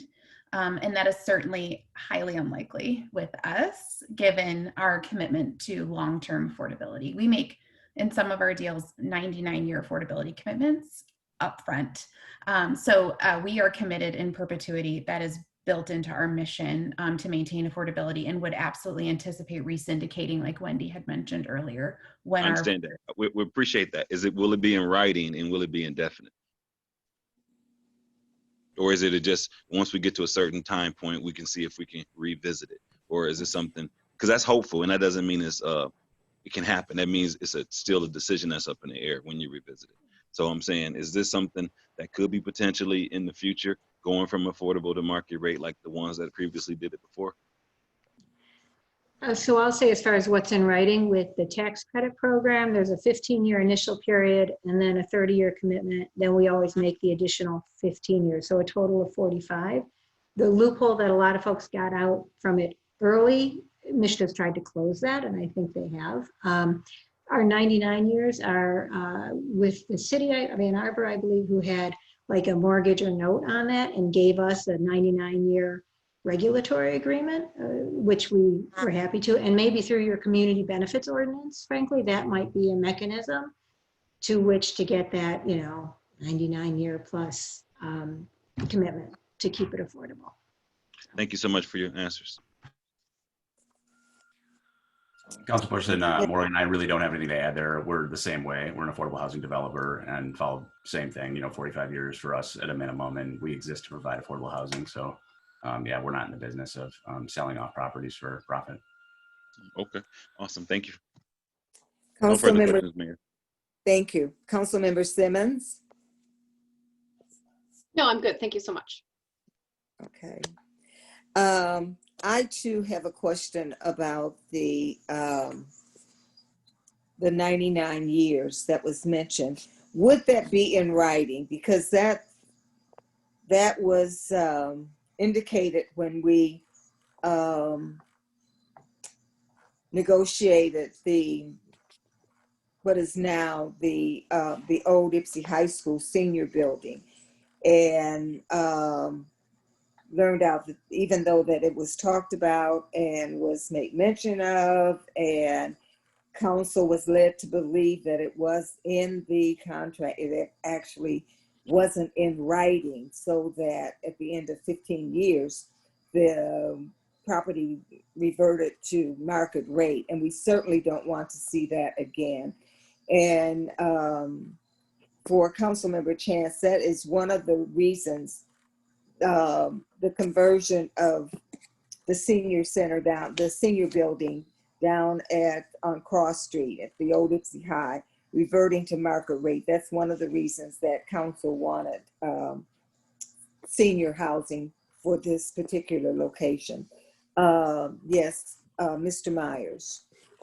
The one thing I would say is those discussions would happen during the community benefits ordinance process. And so that's something that we can bring to the table to require prior to giving a pilot. And so this is kind of going with the concept, approving the bid of either one of these or the proposal of either one, going through the due diligence, and then during the community benefits ordinance process, because we do have to, that is the community driven thing. So I think the 99 years is really important during those discussions. I do have one other question for Mr. Fosler. You say you will have 16 units you'll stick with the 16 units that are there in the building that it's been laid out for as it is now?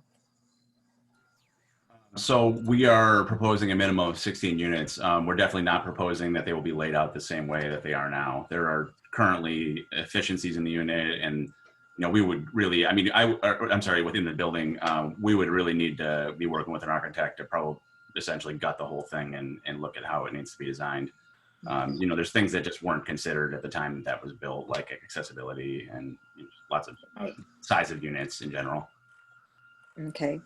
To add to Mr. Fosler, one of the units is a 5-bedroom unit. I don't know if that's going to be the most practical thing for a senior or any really affordable housing unit. So.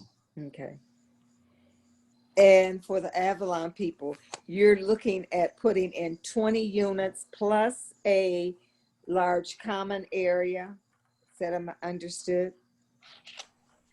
Plus a common area, right? I mean, enough to have the common area, a small meeting room, the laundry facility, right? So in addition to the 20 units would be some common space over on the, 1-story side. Okay. Mr. Fosler, will you have a common unit, common area? Yes, as part of applying for tax credits, one of the ways you get extra points on your application is providing common space, and we've done that in all of our deals so far, and would do so in this one as well. Okay. And let's see, I did have another question okay. All right. Do any other council members have another question? Council Member Wilcoxon. All right, thanks. And looking at the initial assessment, there's a significant difference in the estimated total development costs. And I realize that was changed, but for the Housing Commission, Mr. Fosler, that initial development cost was $2 million, and I saw in the subsequent letter that they had gone up to $6 million, but there wasn't really, I didn't see a justification in here of why that number changed. So if you could kind of fill in what the difference between the initial assessment and the subsequent assessment was. Sure. One of the reasons was I honestly just didn't get it right the first time. There was a combination of two things. There was our first proposal, we were looking at doing conventional financing, and like you saw, for the units being affordable and the rest being market rate. Developing with conventional financing means the soft costs are going to be lower. There's a lot of extra costs that are associated with using low-income housing tax credits, and that really beef up the total development cost. And so where I was looking at just really bricks and mortar kind of construction work, I wasn't taking into consideration a lot of the other costs that come into the deal. And so, as I went back, sharpened the pencil, and looked at doing this as a tax credit deal where we could offer more affordability, it became apparent that that figure was, really off, essentially. And even now, these are, for both of us, these are really estimated costs. We don't know what the real costs are going to be of these redoing this building. And there's a lot of unknowns here. We haven't done environmental assessments, the structural, condition of the building. We don't know. There's a lot of unknowns. There's really things that would come up during due diligence. Got it. And there's the other part, one has 180 days due diligence. The other one is considerably longer. 180 days is, why is that shorter for you, Mr. Fosler? I can't speak to why Avalon has a due diligence period that is longer. So 180 days is your typical due diligence? Well, I think it largely depends on the deal. It depends on what you call due diligence, right? If we're applying for tax credits, tax credit rounds generally are twice a year. Right now, they're discussing whether they're even going to do 1 or 2 a year because of COVID. But like I said, it's a very competitive process. It could take years to get tax credits, let's be frank. It's a very competitive process. And so you're not always guaranteed to get it the first time around. So yeah, 180 days to figure things out, get the environmental assessment, get an architect in there to look at things, and get some pricing done. I feel like we could do that. But as far as actually making this deal happen, it could be far longer than that for both organizations. I mean, it's a very competitive process. And so both of those numbers are estimates and not hard estimates. Very much so. Yes. Right. Right.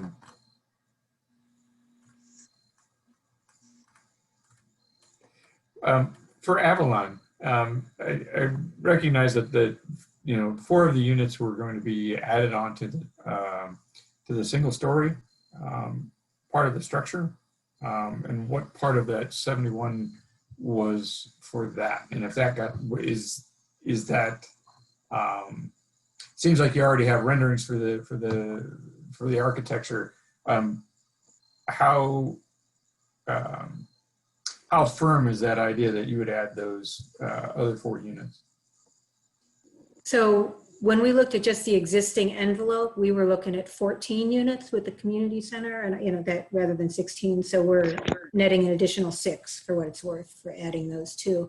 When we were doing our preliminary cost estimates, I was having a hard time at 14 units meeting MSHDA's cap, per unit cap. Mm-hmm. So, maybe during further exploration, that would be possible, but it seemed to us in our early estimates that the 20 units are really what we needed. One, to get 20 units, which would be nice, but also to get more units and have it come in at a place that felt more likely to be able to come in under that cap. Got it. The other thing that I was curious about, and I guess this is a question for both of you, right? The supportive housing model that Avalon has compared to the model with Eastern Michigan, was it the FEP? And if each of you could speak to that for a couple minutes, that would be awesome. Sure, I can start. So we've been working closely with Eastern Michigan University since, I think about 2012 or so is when the Family Empowerment Program came into existence. It was started as a pilot program with the Hamilton Crossing property down in Harriet and Hamilton, and was really born out of the need because they needed to provide some sort of supportive service for the property as a MSHDA requirement. And it was a partnership between Eastern Michigan, Ypsi Housing Commission, and then the Kresge Foundation got involved as well. SOS Community Services is in there. And so the Kresge Foundation provided a grant to start that program. And it was really a bit of just kind of paving the way as they went in a way. And it turned into something much bigger than I think anyone ever anticipated. And so what the program does is we have full-time social workers at every one of our sites that work with our residents. And when a resident moves in, they work with the resident to identify goals in key life areas like health and wellness, employment, education, childcare, and a variety of things in order to help people achieve just a higher quality of life and greater self-reliance in general. And so what do they do? A whole array of things, connecting people to employment, connecting people to new types of, healthcare, making sure their kids, we started up a childcare center with the YMCA over in Chapel Elementary. And so making sure that our families have reliable childcare so that they can get into school, they can, seek employment. There's a whole host of activities that we do. And since we started it just with those 70 units at Hamilton Crossing, we've expanded to all 342 of our units now. So all of our major sites have social workers at them, have continued to receive additional funding from Kresge Foundation. We now have funding from the Robert Wood Johnson Foundation, as well as we're a part of the county's budget now as a line item there, and have tapped into just an array of Michigan Medicines providing funding for the program. And so it's been highly supported by the community and recognized nationally as a model for providing resident service coordination for our people. Does that answer your question? Sure, I had a follow-up to that. So the social workers and the staff that are involved in this program, those are folks from EMU. Are they students, graduate students, or are they full-time staff? Sure. So the social workers themselves are full-time staff for the most part. They are employees, contract employees of Eastern Michigan University. We do rely fairly heavily on interns and to pull in. I mean, it's one of the great things about partnering with an anchor institution like Eastern is that we can really pull in just a whole host of students that can work with our residents. And we're very careful. We don't like to create relationships between students and residents that are just going to go away after 6 months when the class ends or something. But there's a lot of work that they can do and a lot of ways that they can help us. And it's been a great partnership for us. I think it's been, for us, we get a lot of, extra labor out of students, and for the students, they're getting great experiential learning. So it's really win-win. Thank you. Thank you. Same question for Evelyn. Yeah, so supportive housing is really predicated on individualized supportive services that are tailored to each family or person. So everyone that we work with has access to a case manager. It's pretty intensive case management model. So we have pretty low caseloads, 1 to 15, 25 max, depending on the acuity level of those on the caseload. We complete a robust kind of biopsychosocial assessment with people within 30 days of move-in, identify various needs, and work on addressing those. So that might be physical health issues, behavioral health issues, economic needs related to employment, benefits, entitlements, that kind of thing, healthcare coordination. And we have partnerships with core providers throughout the community. So partnership with Packard Health, where a family doctor actually visits our folks in their homes. Partnerships with, obviously food gatherers, provide on-site food programming, youth programming at our family sites, etc. So similarly, very kind of robust in nature and very individualized. One of the core components of supportive housing is that services are voluntary, which is part of the evidence base behind the model. So we really employ an assertive outreach and engagement model and try to make sure that people want to participate in the services that we're offering, and are aligned with best practices around what the dimensions of quality look like in supportive housing, and are sort of to fidelity of the housing first model, which is something that has been proven to be successful throughout the country in sustainably ending homelessness for pretty complex populations. Thank you. And so the funding for that programming is separate from the funding for the brick and mortar. Where does that come from? Yeah, that's a great question. So we have there's various funding sources that we braid together. They include Medicaid, HUD funding, and then local funding. So through the coordinated funders, different grant programming. We've been the recipients of large SAMHSA grant. We get some county substance use treatment dollars and use those in really creative ways. So there are a number of different sources that we braid together to pay for services revenue. Okay. Thank you very much. That's all I have. All right, thank you. Mayor, I have one more question after you make your round. Okay, I'm coming to you in just a moment. Councilmember Jones Chance, any further questions? No, I'm good. Thanks. You're welcome. Councilmember Wilcoxon, you said you were just done. Mayor Pro Tem Brown. I'm okay, thank you. Councilmember Somerville. I've got nothing. Councilmember Morgan. I just have mainly a question at the end with a comment. Ms. Aubrey, I used to work at Avalon Housing back at Caraway over there in Ann Arbor. It was closer to Barton Hills. I know. Yep. And so and the one thing I want, because I notice it can be good for Washtenaw County.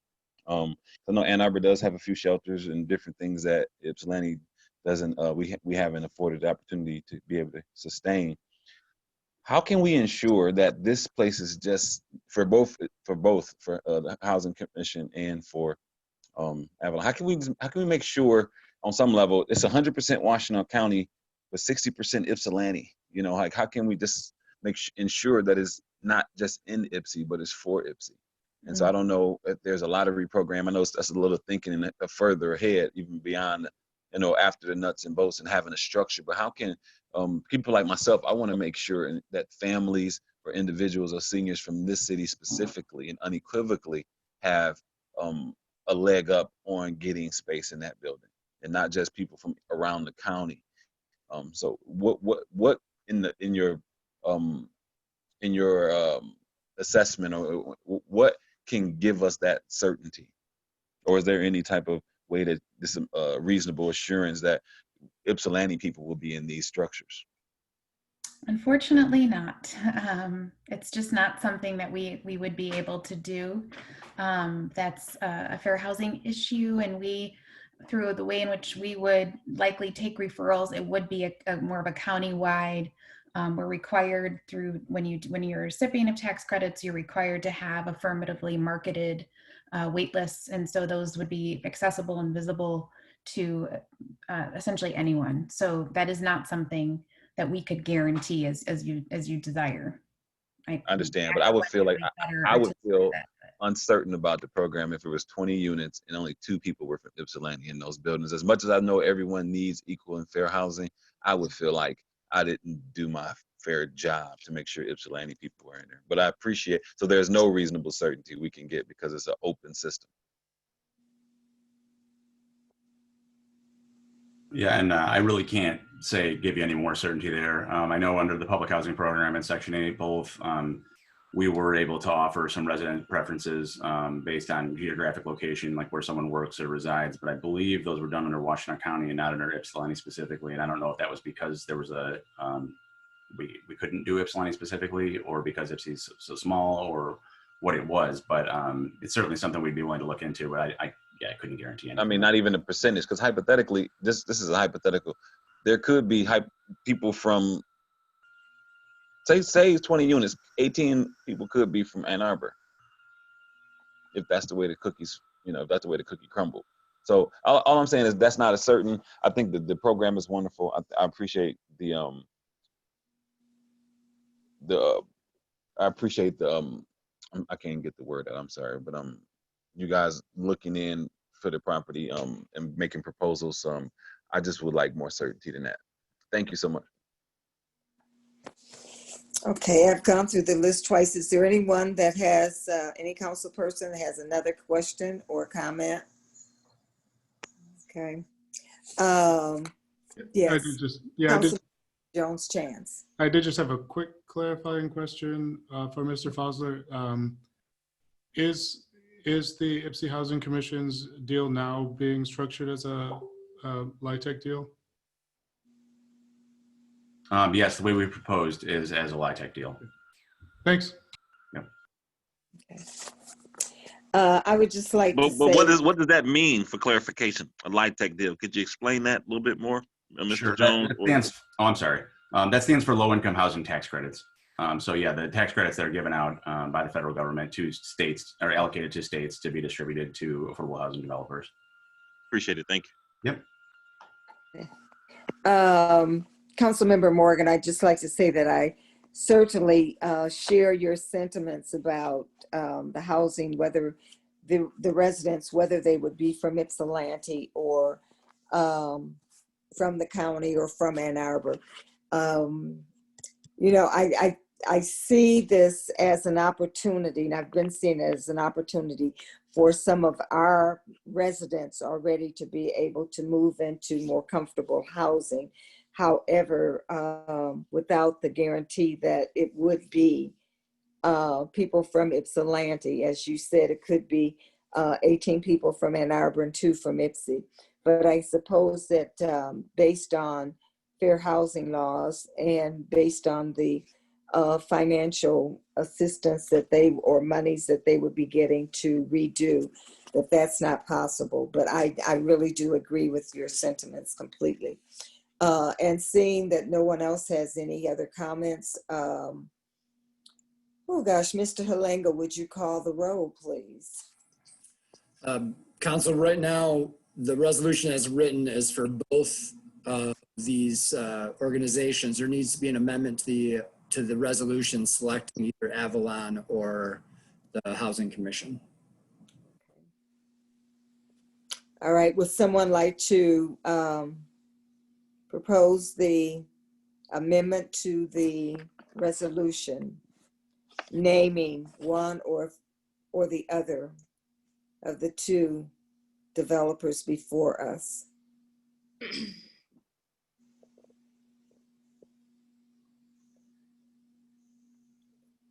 My hand's raised. Okay, I'm sorry. It's okay. I figured I'd Yes. say it so you could see me. Thank you. Yeah, I move to approve Avalon's proposal.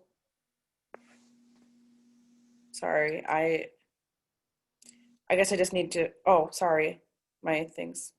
1 second, I need to go to.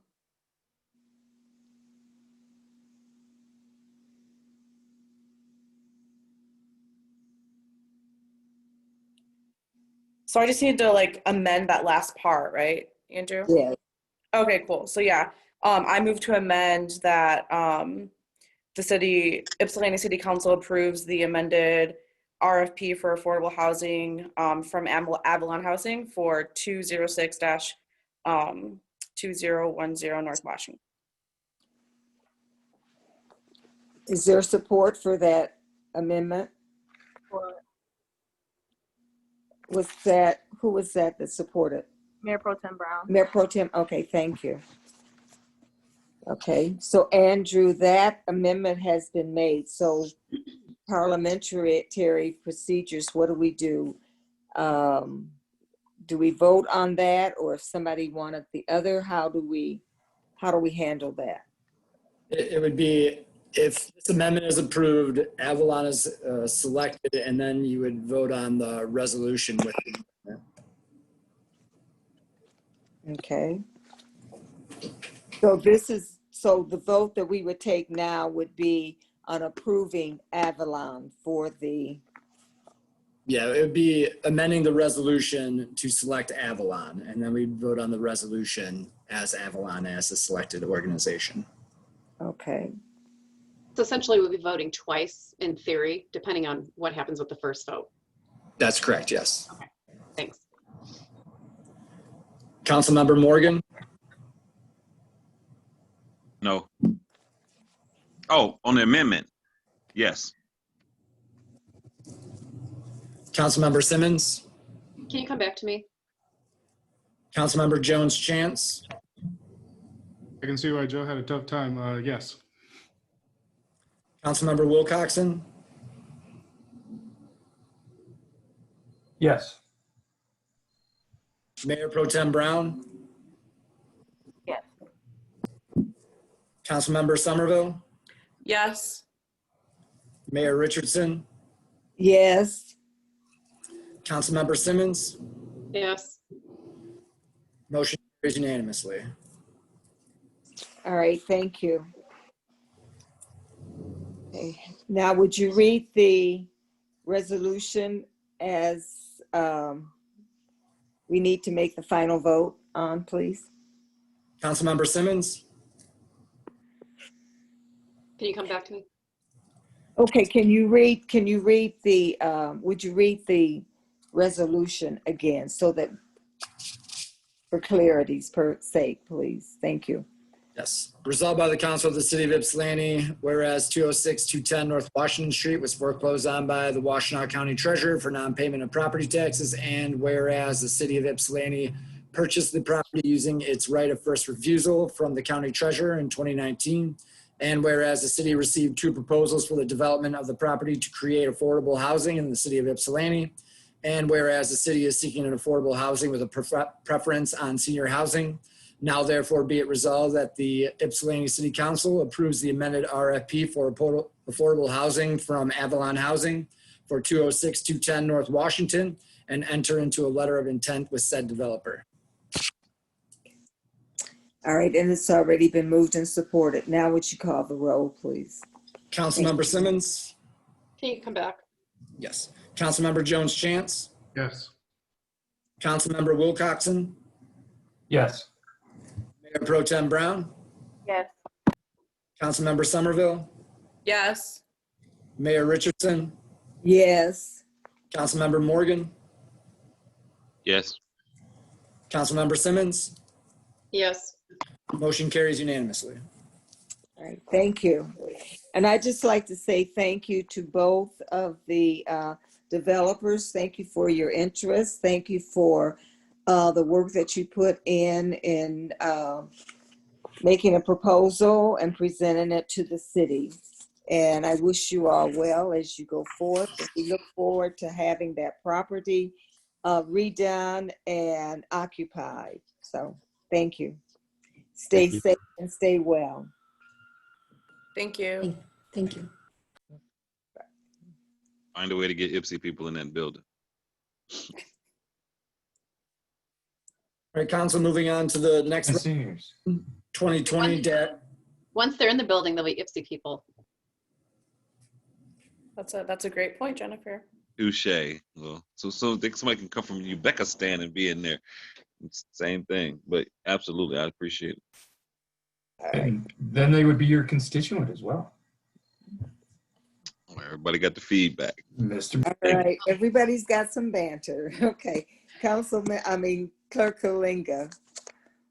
Resolution number 2020-196, resolved by the Council of the City of Ypsilanti, whereas funding has been programmed in the Washtenaw County Community Development Block Grant Program for the retrofitting of existing sidewalk ramps in the City of Ypsilanti, and whereas the City of Ypsilanti has solicited sealed bids for the project, and whereas GM and Sons Construction is the lowest qualified bidder and is being recommended by the city's engineering consultant for this project.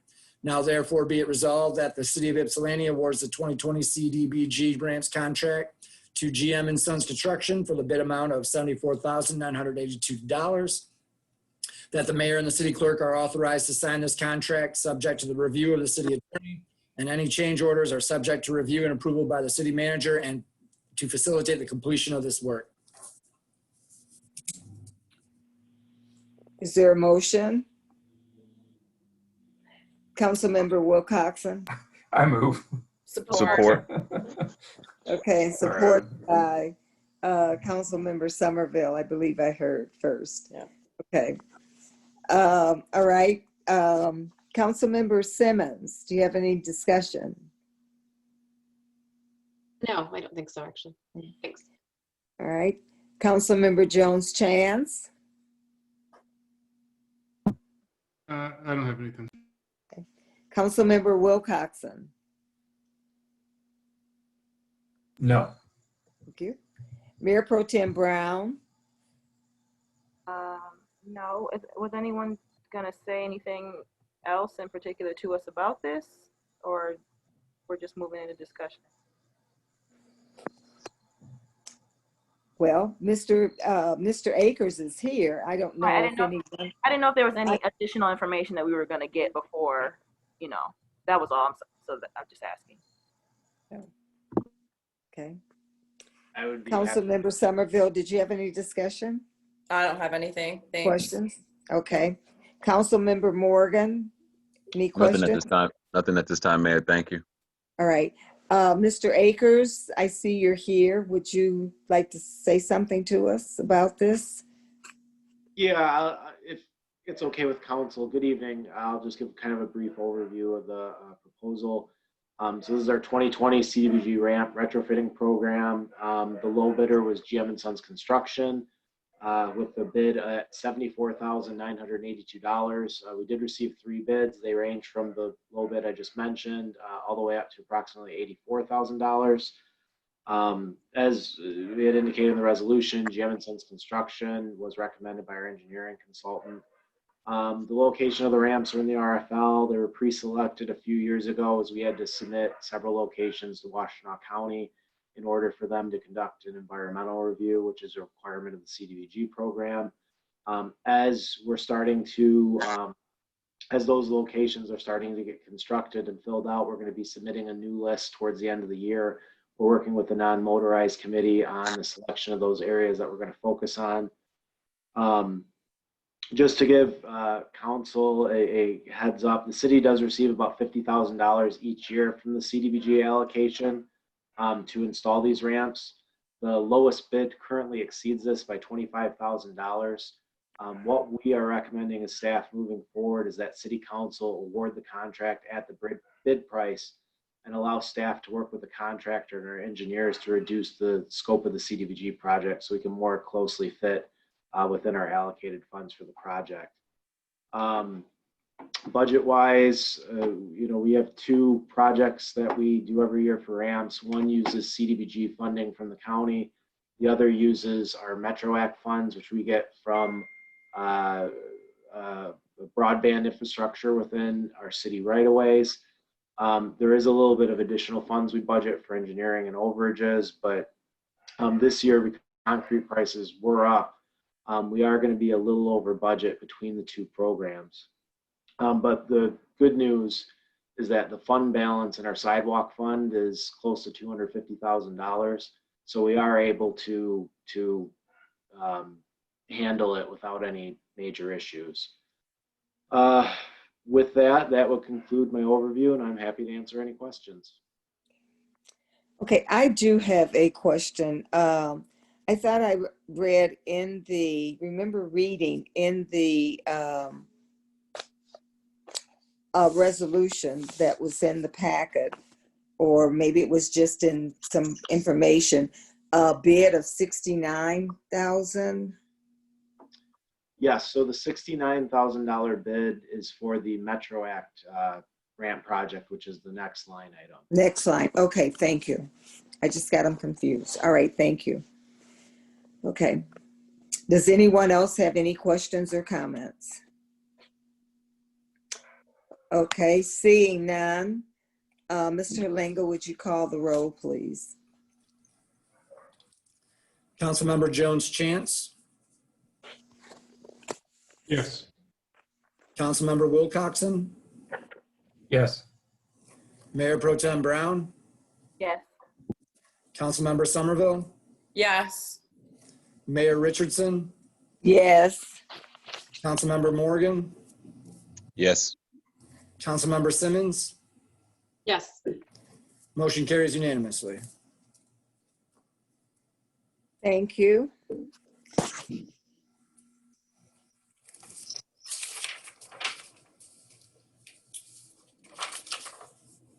Resolution number 2020-197, resolved by the Council of the City of Ypsilanti, whereas funding has been programmed for the retrofitting of existing sidewalk ramps in the City of Ypsilanti, and whereas the City of Ypsilanti has solicited sealed bids for the project, and whereas GM & Sons Construction is the lowest qualified bidder and is being recommended by the city's engineering consultant for this project, now therefore be it resolved that the City of Ypsilanti awards the 2020 Metro Ramps contract to GM & Sons Construction for the bid amount of $69,950, and that the mayor and city clerk are authorized to sign this contract, subject to the review by the city attorney, and any change orders are subject to approval by the city manager to facilitate the completion of this work. I'll move. So moved.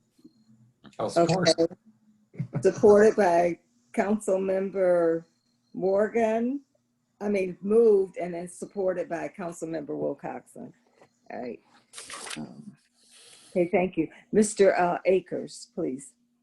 So I'll be brief. This is the Metro Ramp portion of the project. GM & Sons Construction was a little bit and is being recommended by our engineer for an amount of $69,950. We did receive 4 bids ranging from $69,950 to approximately $98,000. The proposed location for this ramp installation is Armstrong and Hilliard Robinson Way. Installing the ADA ramp here will provide ADA access from the new Park Ridge development to Park Ridge Park and the community center.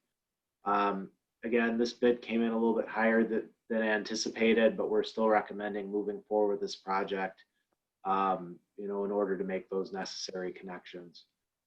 That concludes my summary. I'll be happy to answer any questions. Okay, thank you. Councilmember Jones Chance, any questions or comments? No, thank you. Councilmember Wilcoxon? No, not at this time. Just noting the overage. That's all. Okay, thank you. Mayor Pro Tem Brown? None at this time. Thank you. Councilmember Somerville? I've got nothing. Thank you. Councilmember Morgan. No, thank you, Mayor. I'm good. Okay. Councilmember Simmons. No, thanks. I'm good. All right, thank you. Okay, so for this particular project, it's only at Armstrong and Hilliard Way? That is correct, yes. The amounts are a little bit higher because this intersection has some grading challenges to it. There are some additional items that need to be built in to make sure that the slope meets the ADA requirements on the crosswalk and at the ramps. So that's why it's a little bit more. Okay. There's a diagram in the packet. The crossing is going to be on the south side of the intersection, and we'll be able to provide it across both Hilliard, Robinson, and Armstrong. Okay, thank you. Okay, Clerk Kalinga, would you call the roll, please? Councilmember Wilcoxen, Yes. Mayor Pro Tem Brown, Yes. Councilmember Somerville, Yes. Mayor Richardson, Yes. Councilmember Morgan, Yes. Councilmember Simmons, Yes. Councilmember Jones Chance. Yes. Motion carries unanimously. Thank you. And thank you, Mr. Akers, for presenting to us. Appreciate it. Moving on to resolution number 2020-198. Resolved by the Council of the City of Ypsilanti, whereas the state of Michigan adopted the Small Wireless Communication Facilities Deployment Act in late 2018, which required municipalities to allow small cell wireless facilities within public right-of-way. And whereas the City of Ypsilanti adopted an ordinance to regulate small cell wireless facilities within the constraints of this law. And whereas Verizon Wireless has submitted an application, and whereas city staff has reviewed the plans and application and has found that the plans are consistent with the requirements of city ordinances, now therefore be it resolved that the City of Ypsilanti approves small cell wireless application 2020-03, subject to the review by the city attorney. Is there a motion? I'll move. Support. Okay, moved by Councilmember Jones Chance, supported by Councilmember Somerville. Thank you. Okay. Mayor Pro Tem Brown, do you have any questions or comments? At the moment. Thank you. Councilmember Somerville? Nope. Okay. Councilmember Morgan? Yeah, I just want to ask one question to Ron. Mr. Ayers, the small cell wireless towers do meet the required FCC size and elevation guidelines? That is correct, yes. So the pole height meets the requirements for the under the Small Cell Deployment Act, and then they are required to provide documentation that they're registered with the FCC and meet those requirements. Thank you so much. Okay. Councilmember Simmons? I'm good, thanks. Thank you. Councilmember Jones Chance? Nothing. Thank you. Councilmember Wilcoxen? Nothing. Thanks. Okay. All right, I have a question. Will all these, will they be posted attached to poles that are already erected, or will there be new poles going up? With these ones, I believe 4 of them are, well, technically they're called co-location, but what DTE is doing for Verizon is they're replacing some of their poles to make them taller. They're replacing them in the same location and attaching the same equipment to them, but they are in the exact location, and that because of that, they're considered co-location. What I do when I review the applications is we make sure that we're looking at what's proposed to what's already there and making sure that they're meeting the specific height requirements that are in our ordinance and in the state statute. So technically, They are replacing poles, but they're existing poles. There is one in there that is a new pole that's being installed. One of the things that we ask the cell companies to do as part of our ordinance, when they install a new pole, is they have to demonstrate why they were unable to tie into any existing poles within 300 feet of that pole that they had proposed. And at least in the one in your packet, it does. There is an aerial depiction showing why DTE wouldn't allow them to tie into their other utility poles. Okay. All right, thank you. Do we get any financial benefit from allowing them to make their attachments? So we do, the fees that we receive from the cell tower companies are established by law. So we get application fees. It's $200 for a co-location, $300 for a new pole. And then they are required to pay us $20 per site per year. And after a certain period of time, I think it's 2 or 3 years, it goes up at the rate of inflation. But we do keep track of all the locations at DPS. I'm working with our accounting tax to make sure that we're setting up an annual billing cycle for these companies to make sure that we're getting what money we're required. Okay, thank you. Okay. All right, there are no other questions or comments. Mr. Halenga, would you call the roll, please? Mayor Pro Tem Brown, Yes. Councilmember Somerville, Yes. Mayor Richardson, Yes. Councilmember Morgan, Yes. Councilmember Simmons, Yes. Councilmember Jones Chance, Yes. Councilmember Wilcoxon. Yes. Motion carries unanimously. Okay, thank you. Thank you, Mr. Akers. The next resolution is resolution number 2020-199, resolved by the Council of the City of Ypsilanti, whereas the YFD was awarded the fiscal year 2019 Assistance to Firefighters Grant, AFG, to include the installation of a direct source capture exhaust system. And whereas this new exhaust capture system will essentially eliminate 100% of the diesel and automotive exhaust gases currently emitted, presenting danger to fire personnel and the community. Whereas all bidders are to provide the associated labor, materials, and equipment needed to complete the exhaust capture system, included but not limited to all things related to removing diesel and automotive exhaust gases within the confines of the Ypsilanti Fire Station. And whereas the entire project will include the purchase, delivery, and installation of the direct source capture exhaust system per the AFG, the funds will cover all associated permit fees, all electrical modification, a 5-year warranty for parts and labor, basic systems training, and any modifications that must be made to the current exhaust systems on the apparatus. Now therefore be it resolved that the Ypsilanti City Council approves beginning the solicitation of bids on September 16th, 2020, and closing bids October 16th, 2020 to start the process of replacing the vehicle exhaust system on the YFD's apparatus floor. Is there a motion?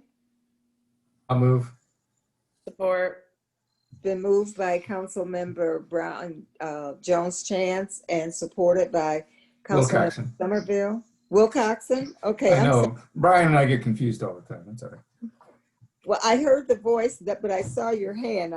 Okay, didn't hear it coming from there. Got that smooth Okay. radio voice. Yes. All right. Well, Wilcoxon and Somerville. Okay. So, discussion. Councilmember Somerville. Pretty clear in the packet. I'm good. Okay.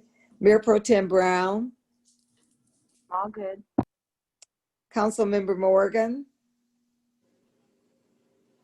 Nope. I'm just glad for the fire department. Okay. Councilmember Simmons. Nope, I'm good, thanks. Councilmember Jones Chance. Nothing. Thank you. Councilmember Wilcoxon. So, Chief Hobbs, Yes. what is the current system for this? Is this just a hose going out the garage door or what? No, what we have is a system that was put in roughly 12 years ago, and that was through an award grant also. It's called an aeration system. It's basically a system of fans and filters that been out through the ceiling. It's basically antiquated to today's standards, and there's probably 8 filters in a fan system, and so basically it's an antique. It needs to be replaced.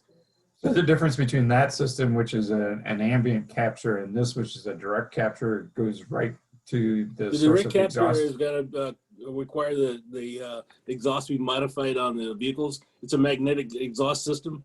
Basically, once you change the exhaust and you retrofit the exhaust of the trucks, it's basically a magnet that attaches to automatically. So whenever the driver starts the vehicle, whenever they go in and out of the building, the magnet will be real attached. They'll be on a runner, on a track, on a rail.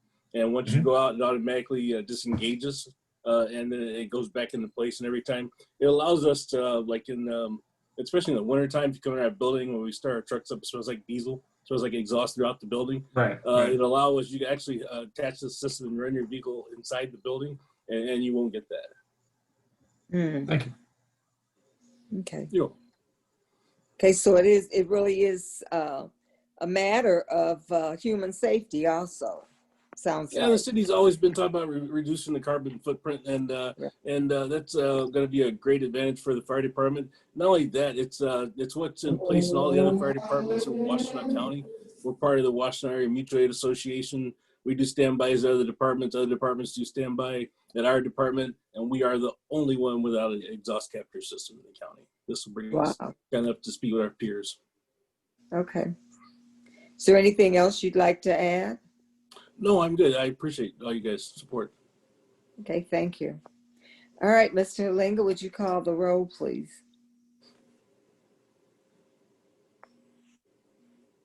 Councilmember Somerville, Yes. Mayor Pro Tem Brown, Yes. Councilmember Morgan,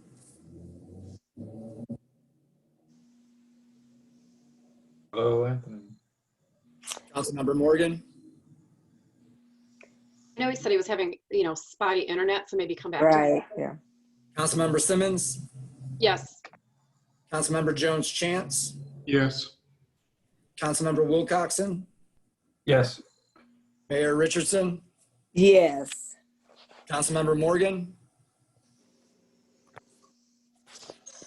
6 yes and 1 absent, the motion carries. All right, thank you. Thank you.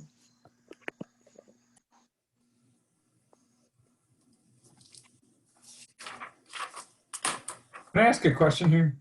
Is anybody else having issues with the individual pages from the packet loading tonight? Because I'm getting this really long delay. I'll get the first page and then all the other stuff just like comes. I have to keep like reloading my stuff. I figured it was because it was so big, but it's not like we haven't had big agendas, but it seems like there's a lot of pages. I'm also having internet issues tonight, so that could also be it. I think I don't think we've had this many pages in an agenda in quite some time. And I'm not getting the overall count either, because earlier I think Joe was saying it's page 35 out of the total, and it's not giving me that count. It will give me the individual PDF pages, but it won't give me the entire count. But anyway, just a note. All right, thank you. Mr. Langa. Resolution number 2020-200, resolved by the Council of the City of Ypsilanti, whereas the YFD opened bids on October 14th, 2019, and closed bids on November 15th, 2019, to start the process of restoring the existing trench to the lodge near new floor drain grates, and whereas Allied Building Services provided the lowest bid at $158,500, which includes the resurfacing of the apparatus floor and came highly recommended from fire service departments. And whereas Allied Building Services bid was $158,500, including the resurface of the apparatus floor. And whereas the project includes cutting and removing old concrete to accommodate new grate frames, e.g. rods, mesh, etc., and pouring new concrete to fill in around the new trenches and grates to allow proper water drainage. And whereas the fire department is requesting approval to award the bid to Allied Business Service to complete the YFD's great project. And whereas the total cost is not to exceed $161,308 as described in Resolution 2020-167. Now therefore be it resolved that the Ypsilanti City Council grants the fire department's request to award the bid to Allied Business Services to complete the YFD's great project and approves the contract to Allied Building Services, subject to the approval of the city attorney, and the mayor and city clerk are authorized to sign the contract for and on behalf of the city. So move. Support. It's been moved by Councilmember Morgan and supported by Councilmember Somerville. Chief Hobbs, do you have something for us? Basically, most people in council are aware this has been an ongoing project for many, many years. It goes back to, I believe, Chief Chesko, who first brought this to council. And for various reasons, we weren't able to complete the projects, mainly financial reasons. Working with city staff, specifically Reagan and Ron, we were able to find the money in a project that DPW has put off. And so that's where the other resolution comes into place. And we're able to keep this on track. I consulted the city's engineering firm, and because the original cost we put out to bid actually turned out low. So we're able to cover the bids. It was a difficult process because we do have a local bidder, but they weren't the lowest bidder. And consulting OHM and talking to other fire departments that Allied has done work in, they were actually able to provide 4 fire departments that they've done the apparatus for work on. I contacted them and one particular fire department that I had already previously visited in Perrysburg, Ohio. Based on all that input, I've decided to award the bid to Allied. It was a long process to get here, but I appreciate everybody's support. And I think it's everybody's going to be very pleased with the outcome. All right, thank you. Councilmember Morgan, any questions, comments? I'm sorry, Mayor, could you repeat that? Just asking if you had any questions or comments for Chief Hobbs. No questions or comments for Chief Hobbs. I'm glad that the fire department is moving forward with what they need. All right, thank you. Councilmember Simmons. No, I'm good, thank you. Councilmember Jones Chance. No, thank you. Councilmember Wilcoxon. No, thanks. Okay. Mayor Pro Tem Brown. I'm all good, thank you. Councilmember Somerville. No, thank you. Okay. All right. Mr. Halinga, would you call the roll, please? Tomato. Mayor Richardson, Yes. Councilmember Morgan, What is that? Yes. Councilmember Simmons, Yes. Councilmember Jones Chance, Yes. Councilmember Wilcoxon, Yes. Mayor Pro Tem Brown, Yes. Councilmember Somerville. Yes. Motion carries unanimously. All right, you. thank you. The next resolution is resolution number 2020-201, resolved by the council of the city of Ypsilanti, whereas administering an election during the COVID-19 pandemic has created a need for additional supplies to ensure a safe and efficient election. And whereas the clerk department through CSME has submitted application for financial assistance from the Center of Technology and Civic Life. And whereas the Center of Technology and Civic Life has awarded the city of Ypsilanti $105,969. Now therefore be it resolved that the Ypsilanti City Council accepts the grant award and allow the mayor and city clerk to sign the agreement. I'll move. Support. Been moved by Councilmember Jones Chance. And did I hear Councilmember Wilcoxon before I heard Somerville? Yes. Okay. So it's been properly moved and second. Councilmember Morgan, any discussion? No, thank you. Councilmember Simmons? I'll come back to her. Councilmember Jones Chance? Nothing for me, thank you. Councilmember Wilcoxon?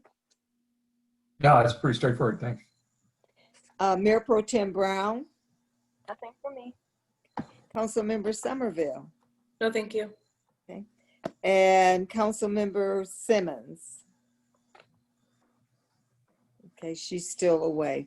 And I don't have anything. I think it's a good job, and congratulations, Clerk Kalinga, for reaching out to get the finances that you needed to add on for it to take us through the election. Congratulations on that. Thank you. So would you call the roll, please? Yes.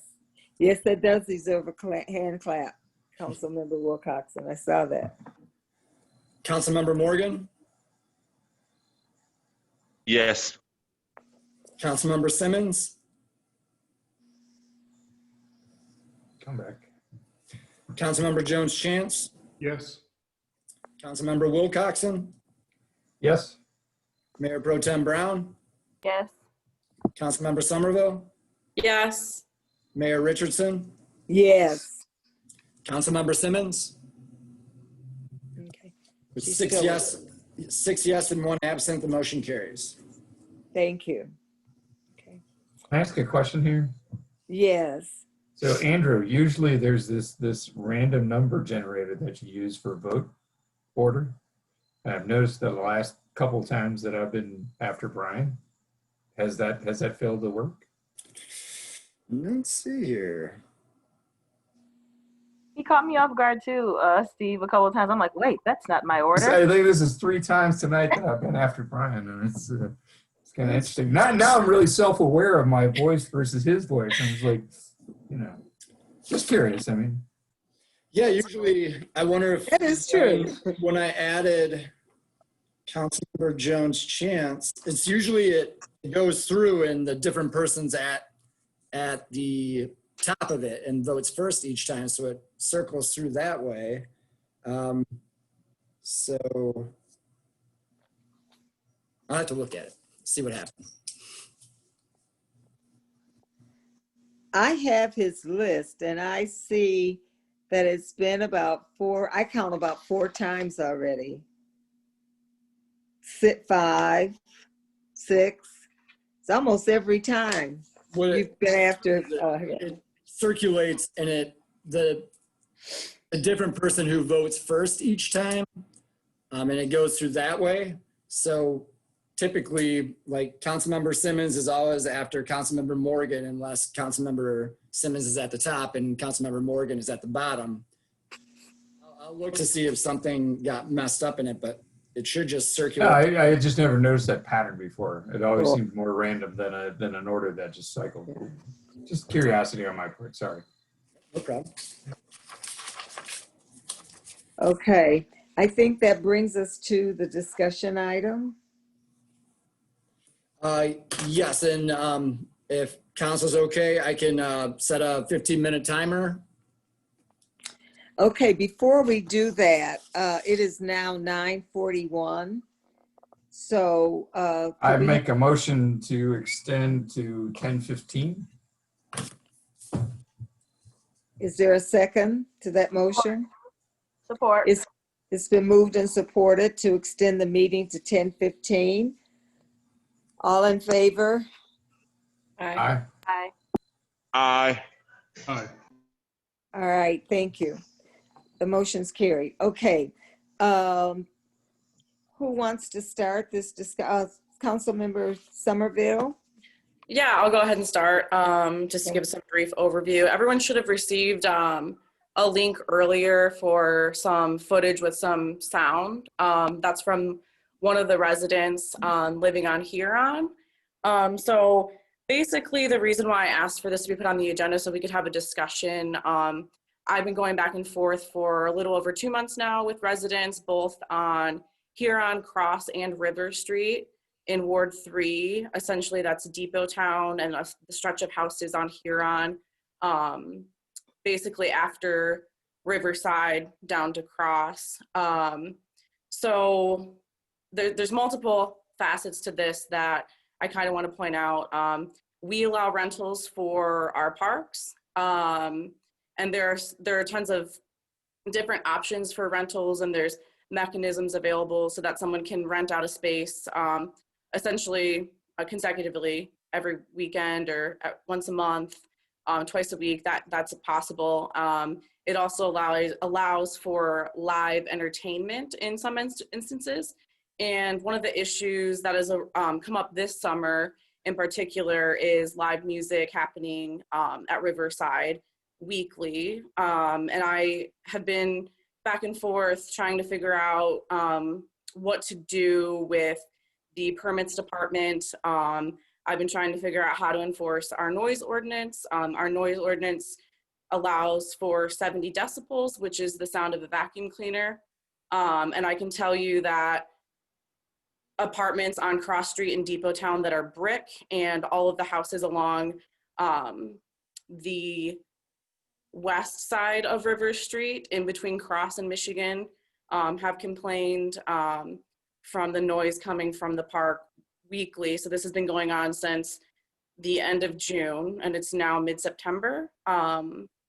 So I think essentially the goal here is to, I guess, bring attention to the fact that we need to be enforcing our noise ordinance when it comes to permits that we're permitting for our public spaces. But in addition to that, I do think that we need to build in a mechanism for residents to field their concerns and complaints when there are issues such as noise that are persistent. But also if there's going to be live entertainment in a residential area, such as Riverside or any of the other parks, I do think that there should be a mechanism in place where we notify residents in advance that provides them contact information on who they can contact with complaints. This issue in particular, residents didn't know who they could contact. On the weekends, you can try calling the non-emergency line to report noise complaints. However, that takes you to the county and then it just, it bounces you back around to dispatch and then nobody enforces the noise ordinance. So it just kind of seems like an endless cycle. And I think that everyone wants to coexist. We're living in difficult times with the pandemic and obviously park rentals are important for folks to be able to gather for whatever type of gathering they want to have weekly, but there also seems to be a bit of a larger problem with residents and them, not really feeling like their concerns are being heard. And I mean, I've been going back and forth all summer. I mean, it's been over 2 months at this point. And I haven't been able to come up with a resolution for them. So that's essentially why the discussion regarding this is about park rentals in particular, because we are renting the space. The city is getting money for this. And that's great, but we're not listening to residents in that process. So that's essentially that. One thing that I would like to see result is, our noise ordinance being enforced. And if we're finding that it's impossible to enforce our noise ordinance or that the layout of the park makes it impossible and the sound carries, perhaps we need to revisit amplification of noise and maybe different processes for permitting events. Do we need to notify neighbors in advance and have a public hearing and allow them to give feedback before we do that?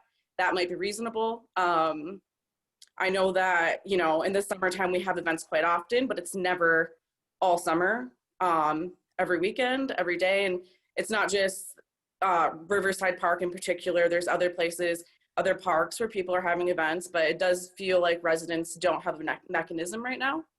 And if we are in fact permitting and making a profit off of this, I do think there should be a process for residents to yield their complaints and then also enforcement of the noise. So I don't know if anyone has any input other than that, but I did share some footage and that was, outside, but I could hear it inside my apartment last Sunday. And I live in a brick building pretty far away from the pavilion. Folks on River Street could hear it inside their homes. So I can imagine that the houses on Huron, it's very loud if I'm hearing it inside my home. I just have a comment to make, Mayor. Yes. And thank you for those notes that you sent regarding the situation, Annie. And I appreciate I didn't get through all of them, but as like you say, we are renting the parks, and so there is an onus on us to be clear and concise about how the operation takes place and how we enforce it. But on another note, I think it's a difference between, like if I have an issue, I think issues should be worked out inside of itself, and the problem should be addressed by an outside force. And so I don't think you can ever find anybody that's going to be happy with anything that goes on. It's always going to be one or two people that's going to say that this offended them, it's too loud, it's too noisy, or those people were XYZ. And that's for anything, whether it's church, whether it's a rock band, whether it's a abolitionist party, whether it's just a DJ and they're just playing his music just too loud, annoying me. So I'm thinking that, but just because it annoys me doesn't mean it means I have a right to complain, but it doesn't mean that person is out of order. So, but again, if it's to the letter of how we enforce, I think it got to be important, because again, 70 decibels, that's like a vacuum cleaner. That's somebody's car riding by. And of course, when I think especially a church service, and my only thing is if it happens weekly for a few hours, that's okay. I guess it's not that bad. But when it happens, I guess again, it's like going on almost 8 weeks.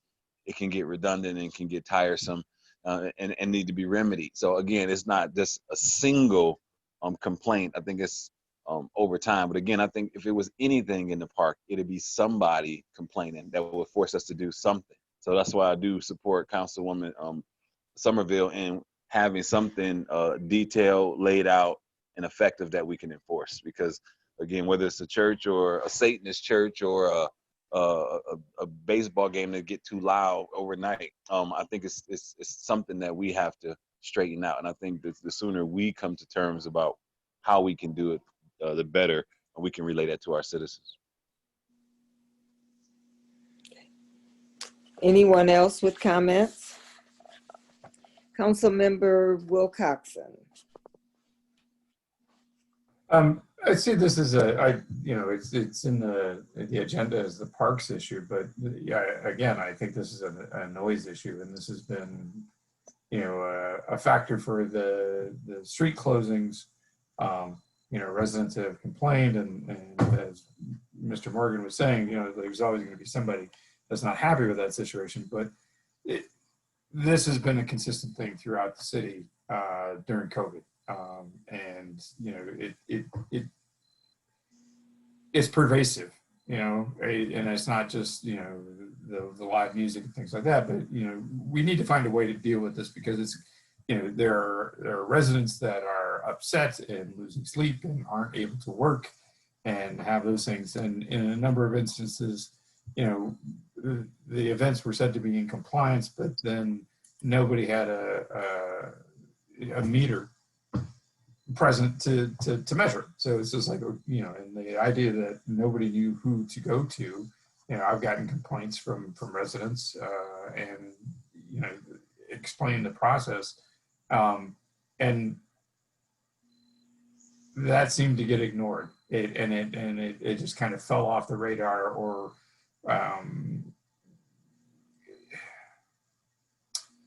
was met with apathy, or less than enthusiastic engagement in the complaints of the residents. So that's what I've got to add to that. So we need to have a mechanism for this to happen. And the noise ordinance is, when you call the police, they don't know the ordinance. And I've had this conversation with Chief Ypsi, and and it's like there were, in one instance, this is before COVID, one particular officer was assigned to go to those complaints, and then that person knew the ordinance, but they didn't have a meter, so there's no way they could really assess the ordinance to begin with. So we have an ordinance that's sitting there.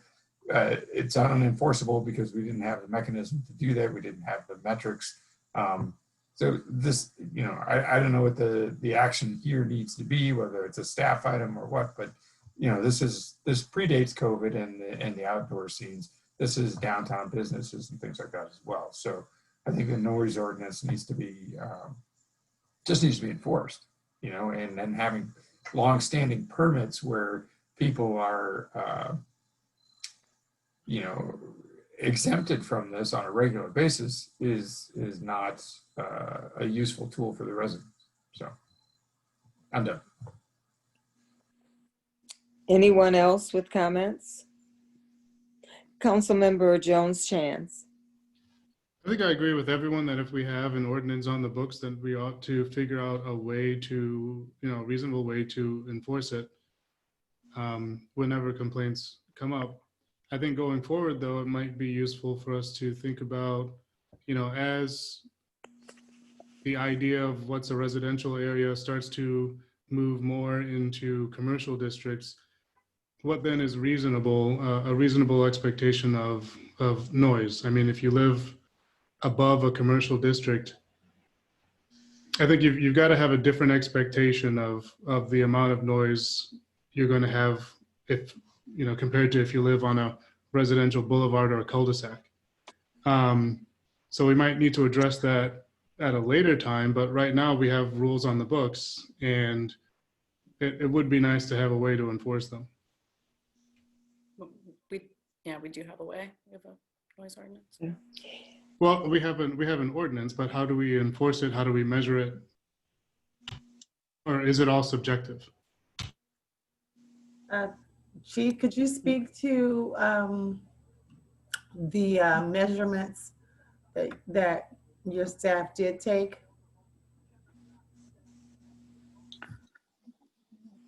Absolutely. So there were several Sundays that Wendy herself went down to see what the level of the noise was. And again, it's the 70 decibels is at the property line. And when you have an area as large and designed to be almost like an amphitheater as Riverside Park is, that noise or that sound level is going to continue to travel well past the property line.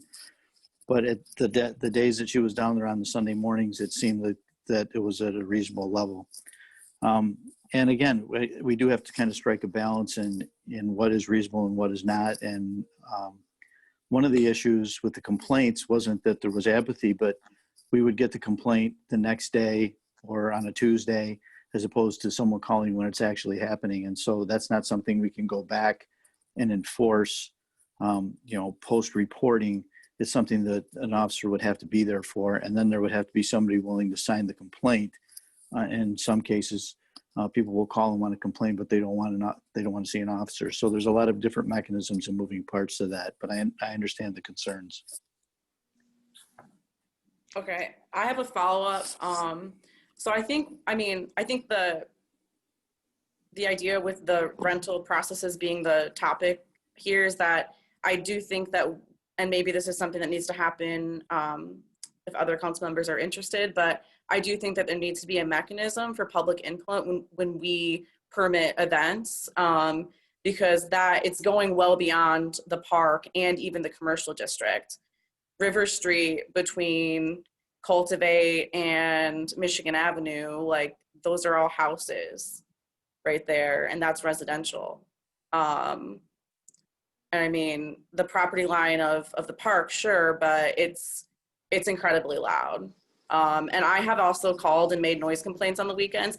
I've never been asked to sign anything. I've done it like 5 times this summer, never been followed up with, never been called, asked to sign anything. So I think that there's a lot of confusion for residents, and it's probably not an issue with our department. It could be an issue with the dispatcher at the county, because they are often confused when myself and neighbors have called and complained regarding noise. I don't necessarily know that it's like an internal issue with us, but I think somewhere the communication is getting lost once the dispatch answers and fields the complaint, because they've never mentioned that to me.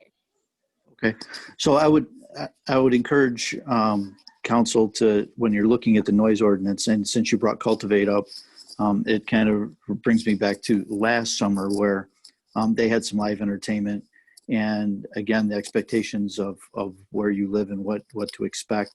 There were a lot of noise complaints, and we had to do some mitigation there as well. So I don't know if we divide the town up into sections where certain decibel levels exceed what we have now based on entertainment districts, parks, et cetera, as opposed to what might be appropriate for a purely residential area. Again, I'll leave that to council to consider, but again, I think Councilmember Jones-Chance's comments about what is reasonable to expect. You can't live near the airport and expect not to hear the airplanes. So if you make some of those considerations, that would probably be helpful. Okay, Clerk Halinga has just notified me that our 15 minutes is up, and I think that, I don't know that this is something that we could actually come to a conclusion to on tonight anyway. So I think it is something that, needs to be looked into. And as far as noise, I know that we, Councilmember Bryan and Jones Chance and I were at an event on Sunday, and we got complaints also about noise coming from a parking lot that was right behind them. And I sent out today, notified that we get it here on my block pretty much day and night. So I do think that it is something that I think agree with Councilmember Jones Chance that, what is reasonable? Are they, I know when Wendy went and measured, she told me, she responded to me that they were at the right level. They weren't above it. So maybe we can all do some thinking about this and come back and maybe next meeting have some ideas about what we can do with it. So, okay, but for now, Clerk Halinga, what's our next item?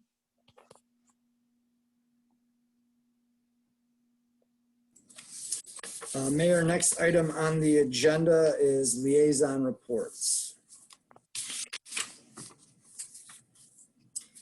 First report is SEMCOG. SEMCOG meets next week.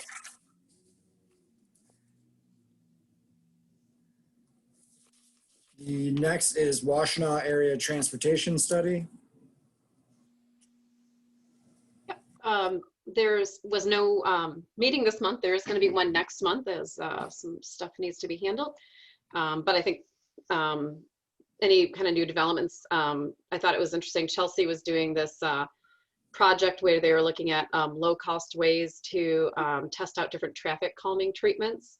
And I think that those are still in place. And it was, stuff I think we've talked about here in the past, like, brightly colored crosswalks that are kind of painted in different patterns and things like that. So as I mentioned, I think those things are still up kind of in the main area. You might want to check that out. And there was a project that was recently completed where they vetted short-term, long-term, and intermediate recommendations for trying to incorporate non-motorized access to different freeway crossings across Washtenaw County. So if anyone's interested in more information about that, let me know and I can get you kind of the report on that and some of the concept drawings. But just know, I guess, that work is being done to kind of improve safety and non-motorized transportation at different freeway crossings across the county. So important stuff. Thank you. The next liaison report is Urban County. Yes, that I did attend that meeting, and the one thing that I got out of it was the mortgage. There's a mortgage foreclosure prevention program that's going to be coming out of the county, and that's should be in place by October. And the rest of the meeting was pretty much discussion on the effects that COVID has been having on the county, and what is the new normal going to be like, or what is the new normal. So that was pretty much it. Next item is Ypsilanti Downtown Development Authority report.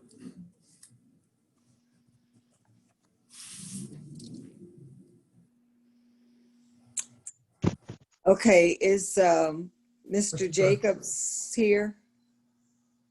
He is. He's hiding in the. He's lurking.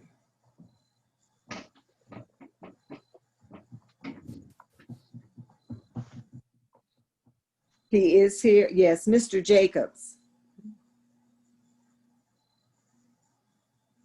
Maybe he stepped away.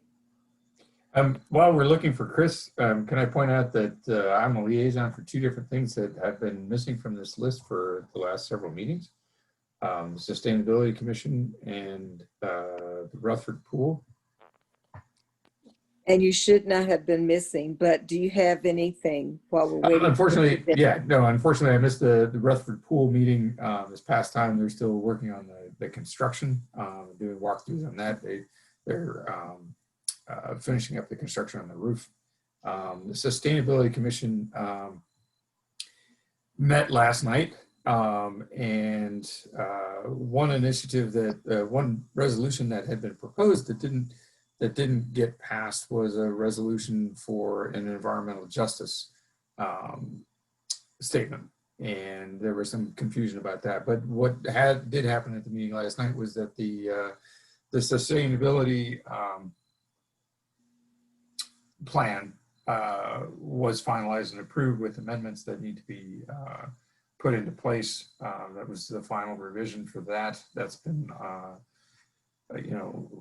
ongoing for some time, and so council will see that coming. Staff will bring that to council as part of the master plan. And the difference is, this is the first time we've got a sustainability plan, and it's incorporated into the master plan so that it has more utility. So I'll leave it at that.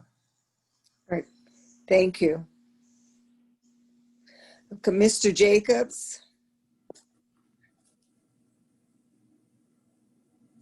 Okay, let's go on. The other day, one of our subscribers. What was that?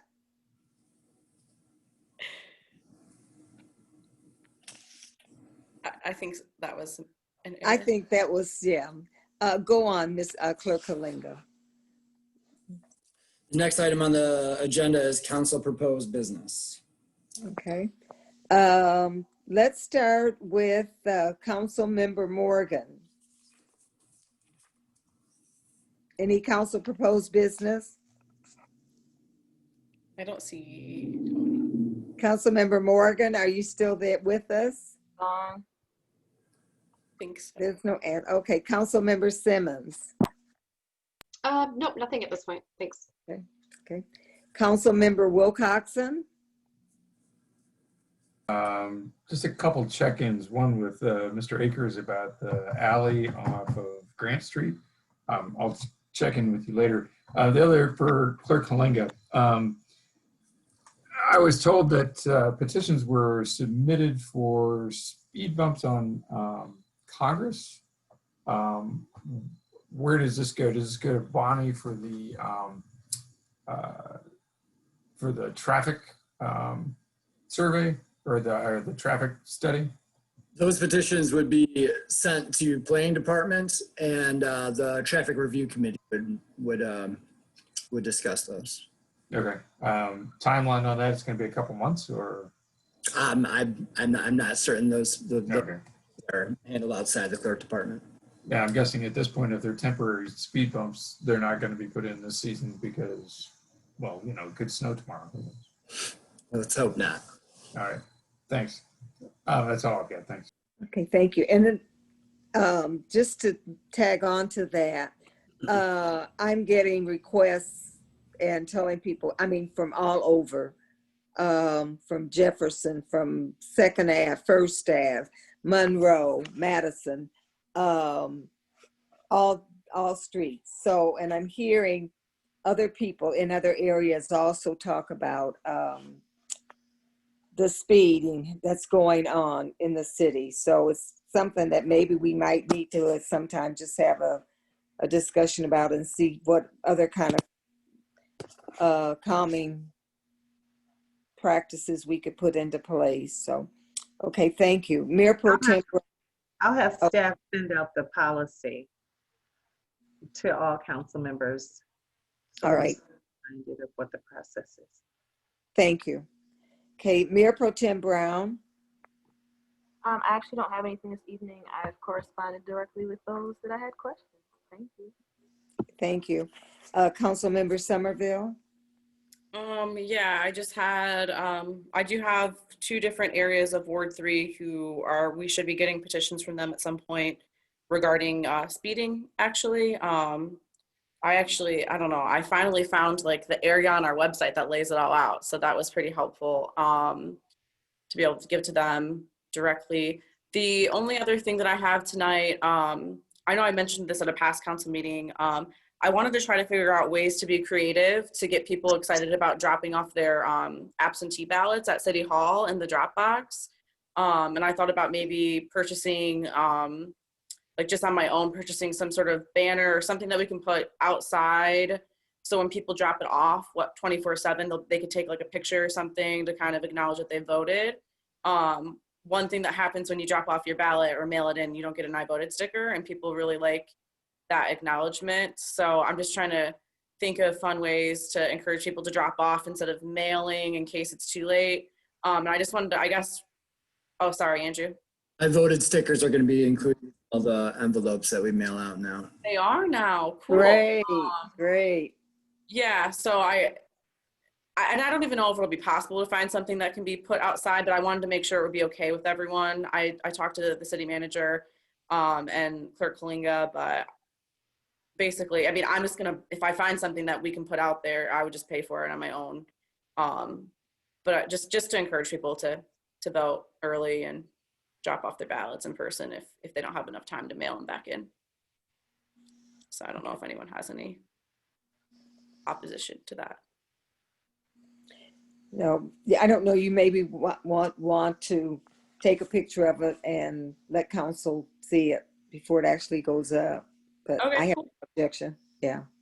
Okay. And All also right. the building department would need to know about the banner. Right. Yeah. Right. Okay. Yeah. All right. So, and I'm glad to hear that the stickers will be going, because that was something I had been trying to figure out how we could also give that, because I do know people get excited about the stickers. They want to show. So, but anyway, Councilmember Jones Chance, do you have anything that you want to, council proposed business time? No, I'll echo everyone else on the traffic calming. I see I got an answer back about a question I had. There are folks essentially drag racing, and I saw a little bit of that this weekend. I'm sure it's not as exciting when you're living on the street as it is from 50 yards away. And I'm also to the end of getting people excited about voting.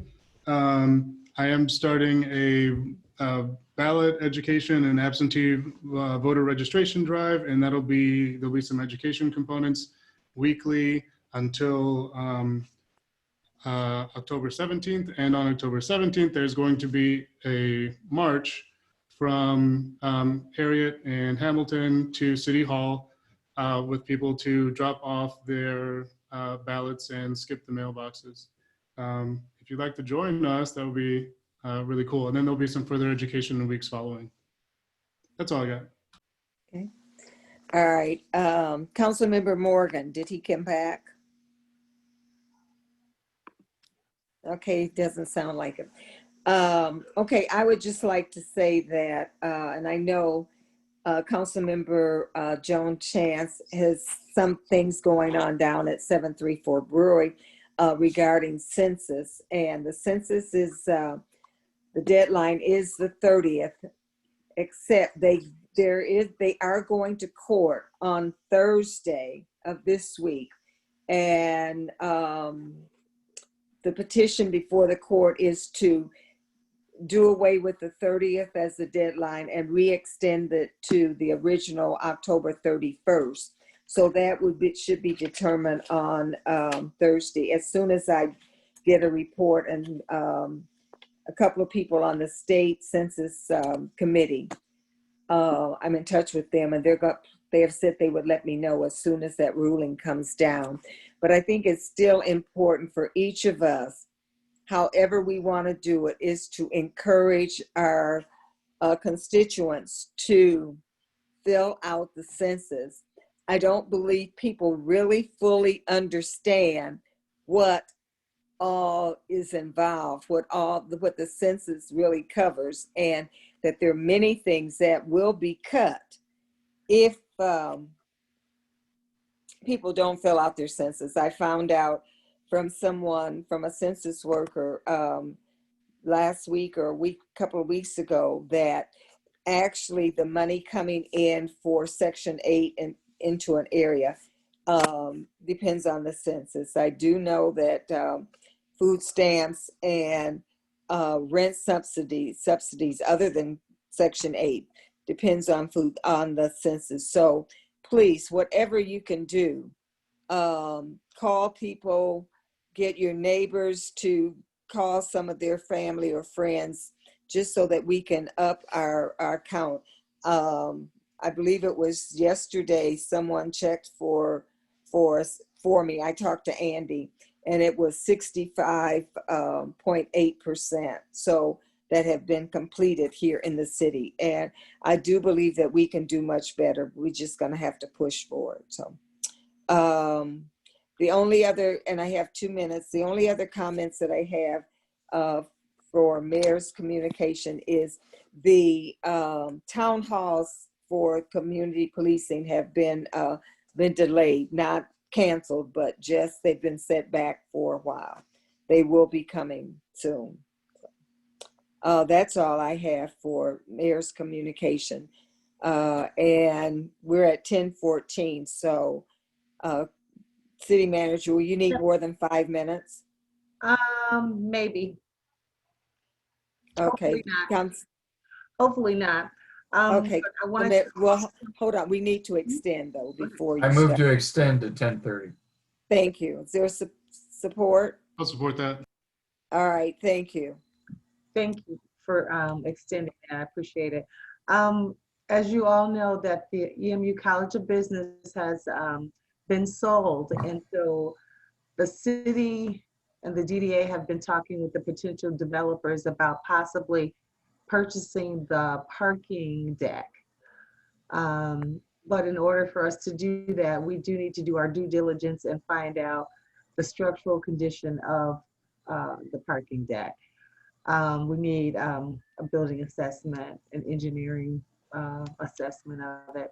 So if it is something that council is in favor of, we'd like to acquire an engineer, a firm, to do the assessment of that building. The approximate cost for that is $6,500. This doesn't say that we're going to purchase it, but it is saying that we're doing our due diligence to make sure that the building is structurally sound if we were to purchase it along with the DDA. So I kind of like to get a little from council if that's you know, a direction we should be moving in or not. But as you all know, we do need additional parking downtown, and we need parking for Depot Town and other things. So it's just doing our due diligence. We don't know if we would even be able to afford it, but it will be a project that we will be collaborating with DDA and maybe some other potential partners. But this is the first step. So I kind of want to put this out there and see how council felt about that. Council member Brian Chance Jones. During my my last operations and finance committee on the DDA, we had decided not to move forward because, and I don't know if something has changed, obviously, but the developer paid, I think, $2.5 million for the building and wanted us to pay $5 million for the parking structure. Mm-hmm. Seriously? Yes. Yeah, actually, it's gone up to $7 million from what I heard. I was hoping it's gonna be one of those $1 transactions like EMU, you know. Then there's also the sort of, you know, we're talking about housing affordability and things like that. We've got, you know, issues with the school district, and this property has not been on the rolls for 40 years. I don't know why we would take such a significant portion of it and keep it off the rolls. It seems irresponsible. The other thing about the parking is that we don't currently have a parking deficit in downtown. Not only that, but there are a lot of business closures right now, and the state of retail in the future is really unknown. My opinion when I was on DDA that it seemed reckless, and I don't think that has changed. Mm-hmm. So your opinion about the deficit, that there not being a deficit in parking downtown, there's another set of people with a whole different argument about parking. But that is why we're having this conversation, because I need to know how council feels. And if council feels strongly that this is something we don't want to do our due diligence, we just don't want to purchase it, then I get that. And so then that's how I'll move forward. I think Joe's got probably has the most accurate numbers on the parking situation. At the time, he told us that there was not currently a deficit, that we might anticipate one, but. Joe? As far as the parking study that we conducted, now it was a year plus ago, there wasn't a direct deficit in downtown, but that also didn't include putting 150,000 square foot back potentially onto the area. So I know that the parking manager, who I would defer to completely on this, is looking into it, and the 7.5 million is the obviously what the developer wants. That's obviously not what we would probably pay, but this is one of the easiest ways for us to get added capacity into the district. I understand Councilmember Jones' chance on that, but the other thing is if the city, if us not exploring this could blow up the deal, then the whole piece of property stays off the tax rolls, and that's not what we want to see. So there's a lot of things to think about. I have a question about that. Sorry. Yeah. What does that mean? You mean they want to sell the parking structure, and if they don't, they might not purchase the building? Yeah, they have not officially purchased the building. They are under a contract to purchase. Yeah. They can't make the development work financially, then they can't buy the building. Right, and Okay. I think they want to use the parking money revenue in order to Facilitate the redevelopment. Yep. So Man, I was going to say it would be nice if we could just purchase that directly from EMU for a more affordable price. That would have been great, because I kind of think that a few years ago when Eastern privatized parking, before they even got closer to selling that building, I think there were some assumptions that that building might go to the city, or the parking structure might be something that the city could acquire relatively cheap. But I don't know. I mean, I wish that there was a way for us to acquire more parking so we could lower the parking rates for residents downtown. That's a big complaint that I've at least been getting in the wake of the pandemic. So I don't know. I guess I'm interested if it means that we can lower parking prices for residents. Councilmember Jones Chance. I would add, it looks like Bonnie Wessler has her hand raised. Okay. I would say that, let's imagine for a second that this parking structure is, has a taxable value of $7 million. At 18 mils for the schools, that's $126,000 a year that will not go to our school system.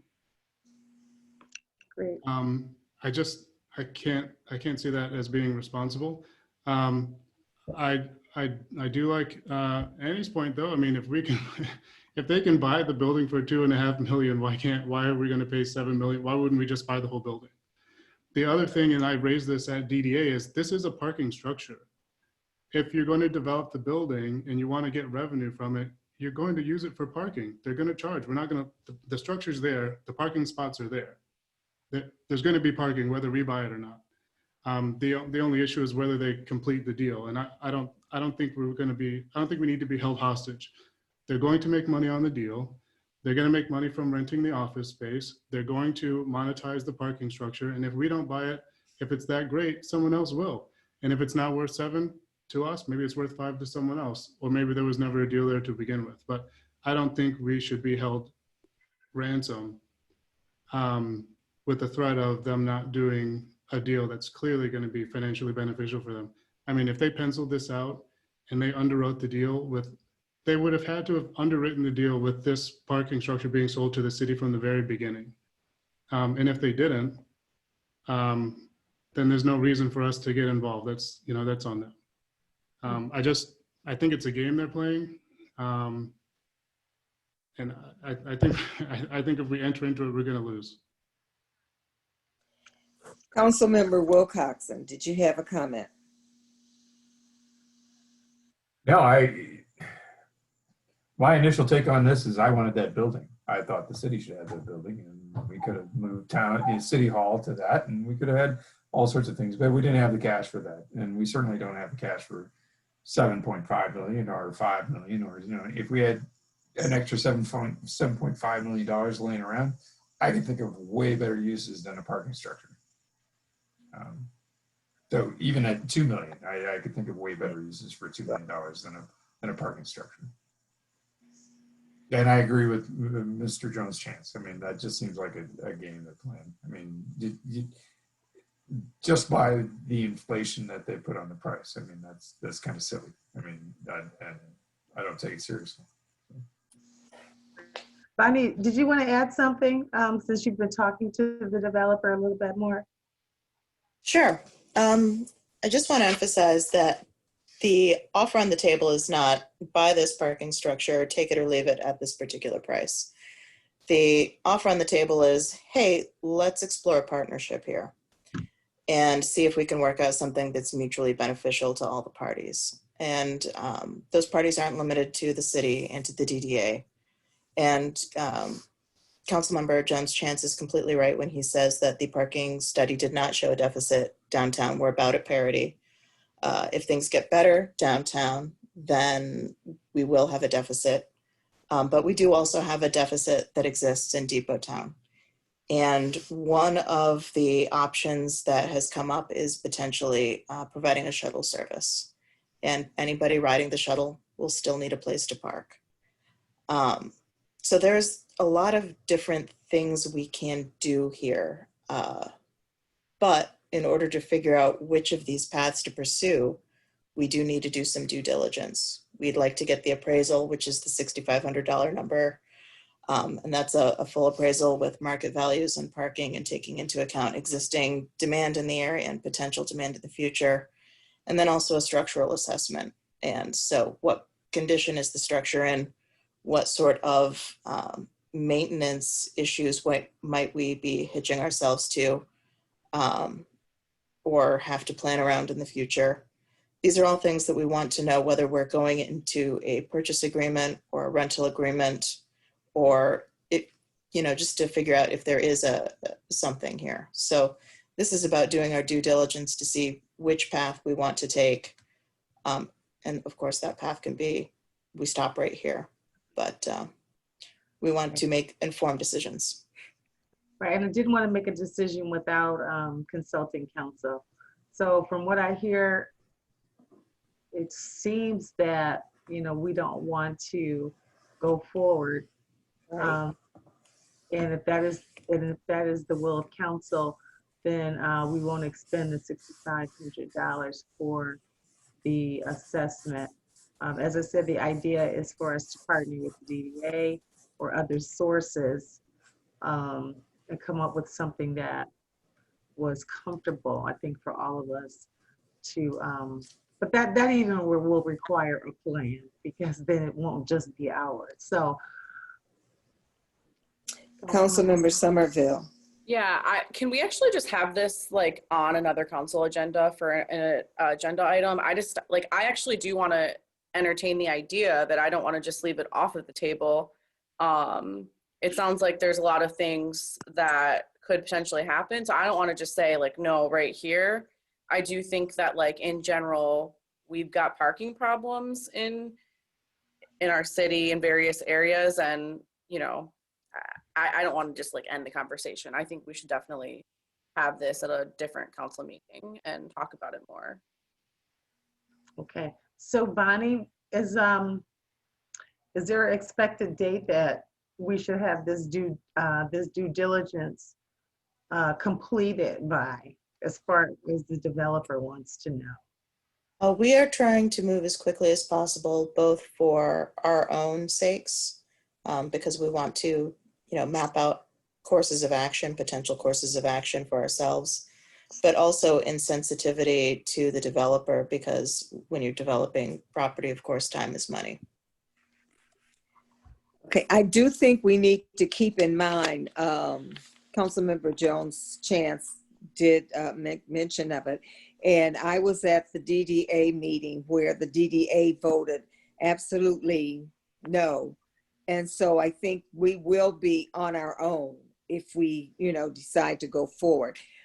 My perspective from what I heard presented at the DDA meeting, that it would not be good for the city.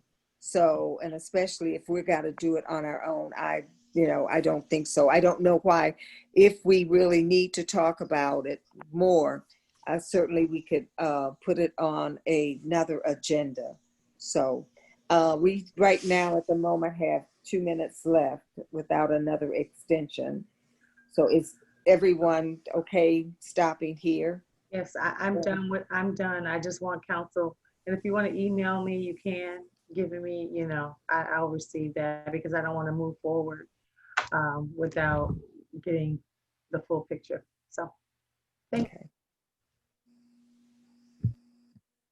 Anyone else on this? I know Councilmember Somerville, we can put it on another agenda I for can, discussion. I can follow up with the city manager and Bonnie. And then if I think it's worthy of another council meeting, I'll just try to see if anyone else is interested in adding it. All right, thank you. Councilmember Jones Chance, I see you muted yourself. I know I'm opposed to it, and I will fight it. But I do agree that it might be beneficial to have it on an agenda, just because there are some other components to this, like it has to go out for bond because we don't have the money, and I think there are some components that maybe folks, it would be good to get clear on. Okay, Councilmember, I'm sorry, Clerk Halinga, would you put that on the next meeting for discussion, please? Absolutely. Thank you. Okay. All right, any other comments? Anything else for the good of the order? Other than a motion to I move to adjourn. Adjourn. Support. Okay, it's been moved and supported that we adjourn. Everyone stay safe, stay well, and have a good night. Good night, all. Good night. Good night. This is a record. This is a record time. Good night. 10:30? Yes.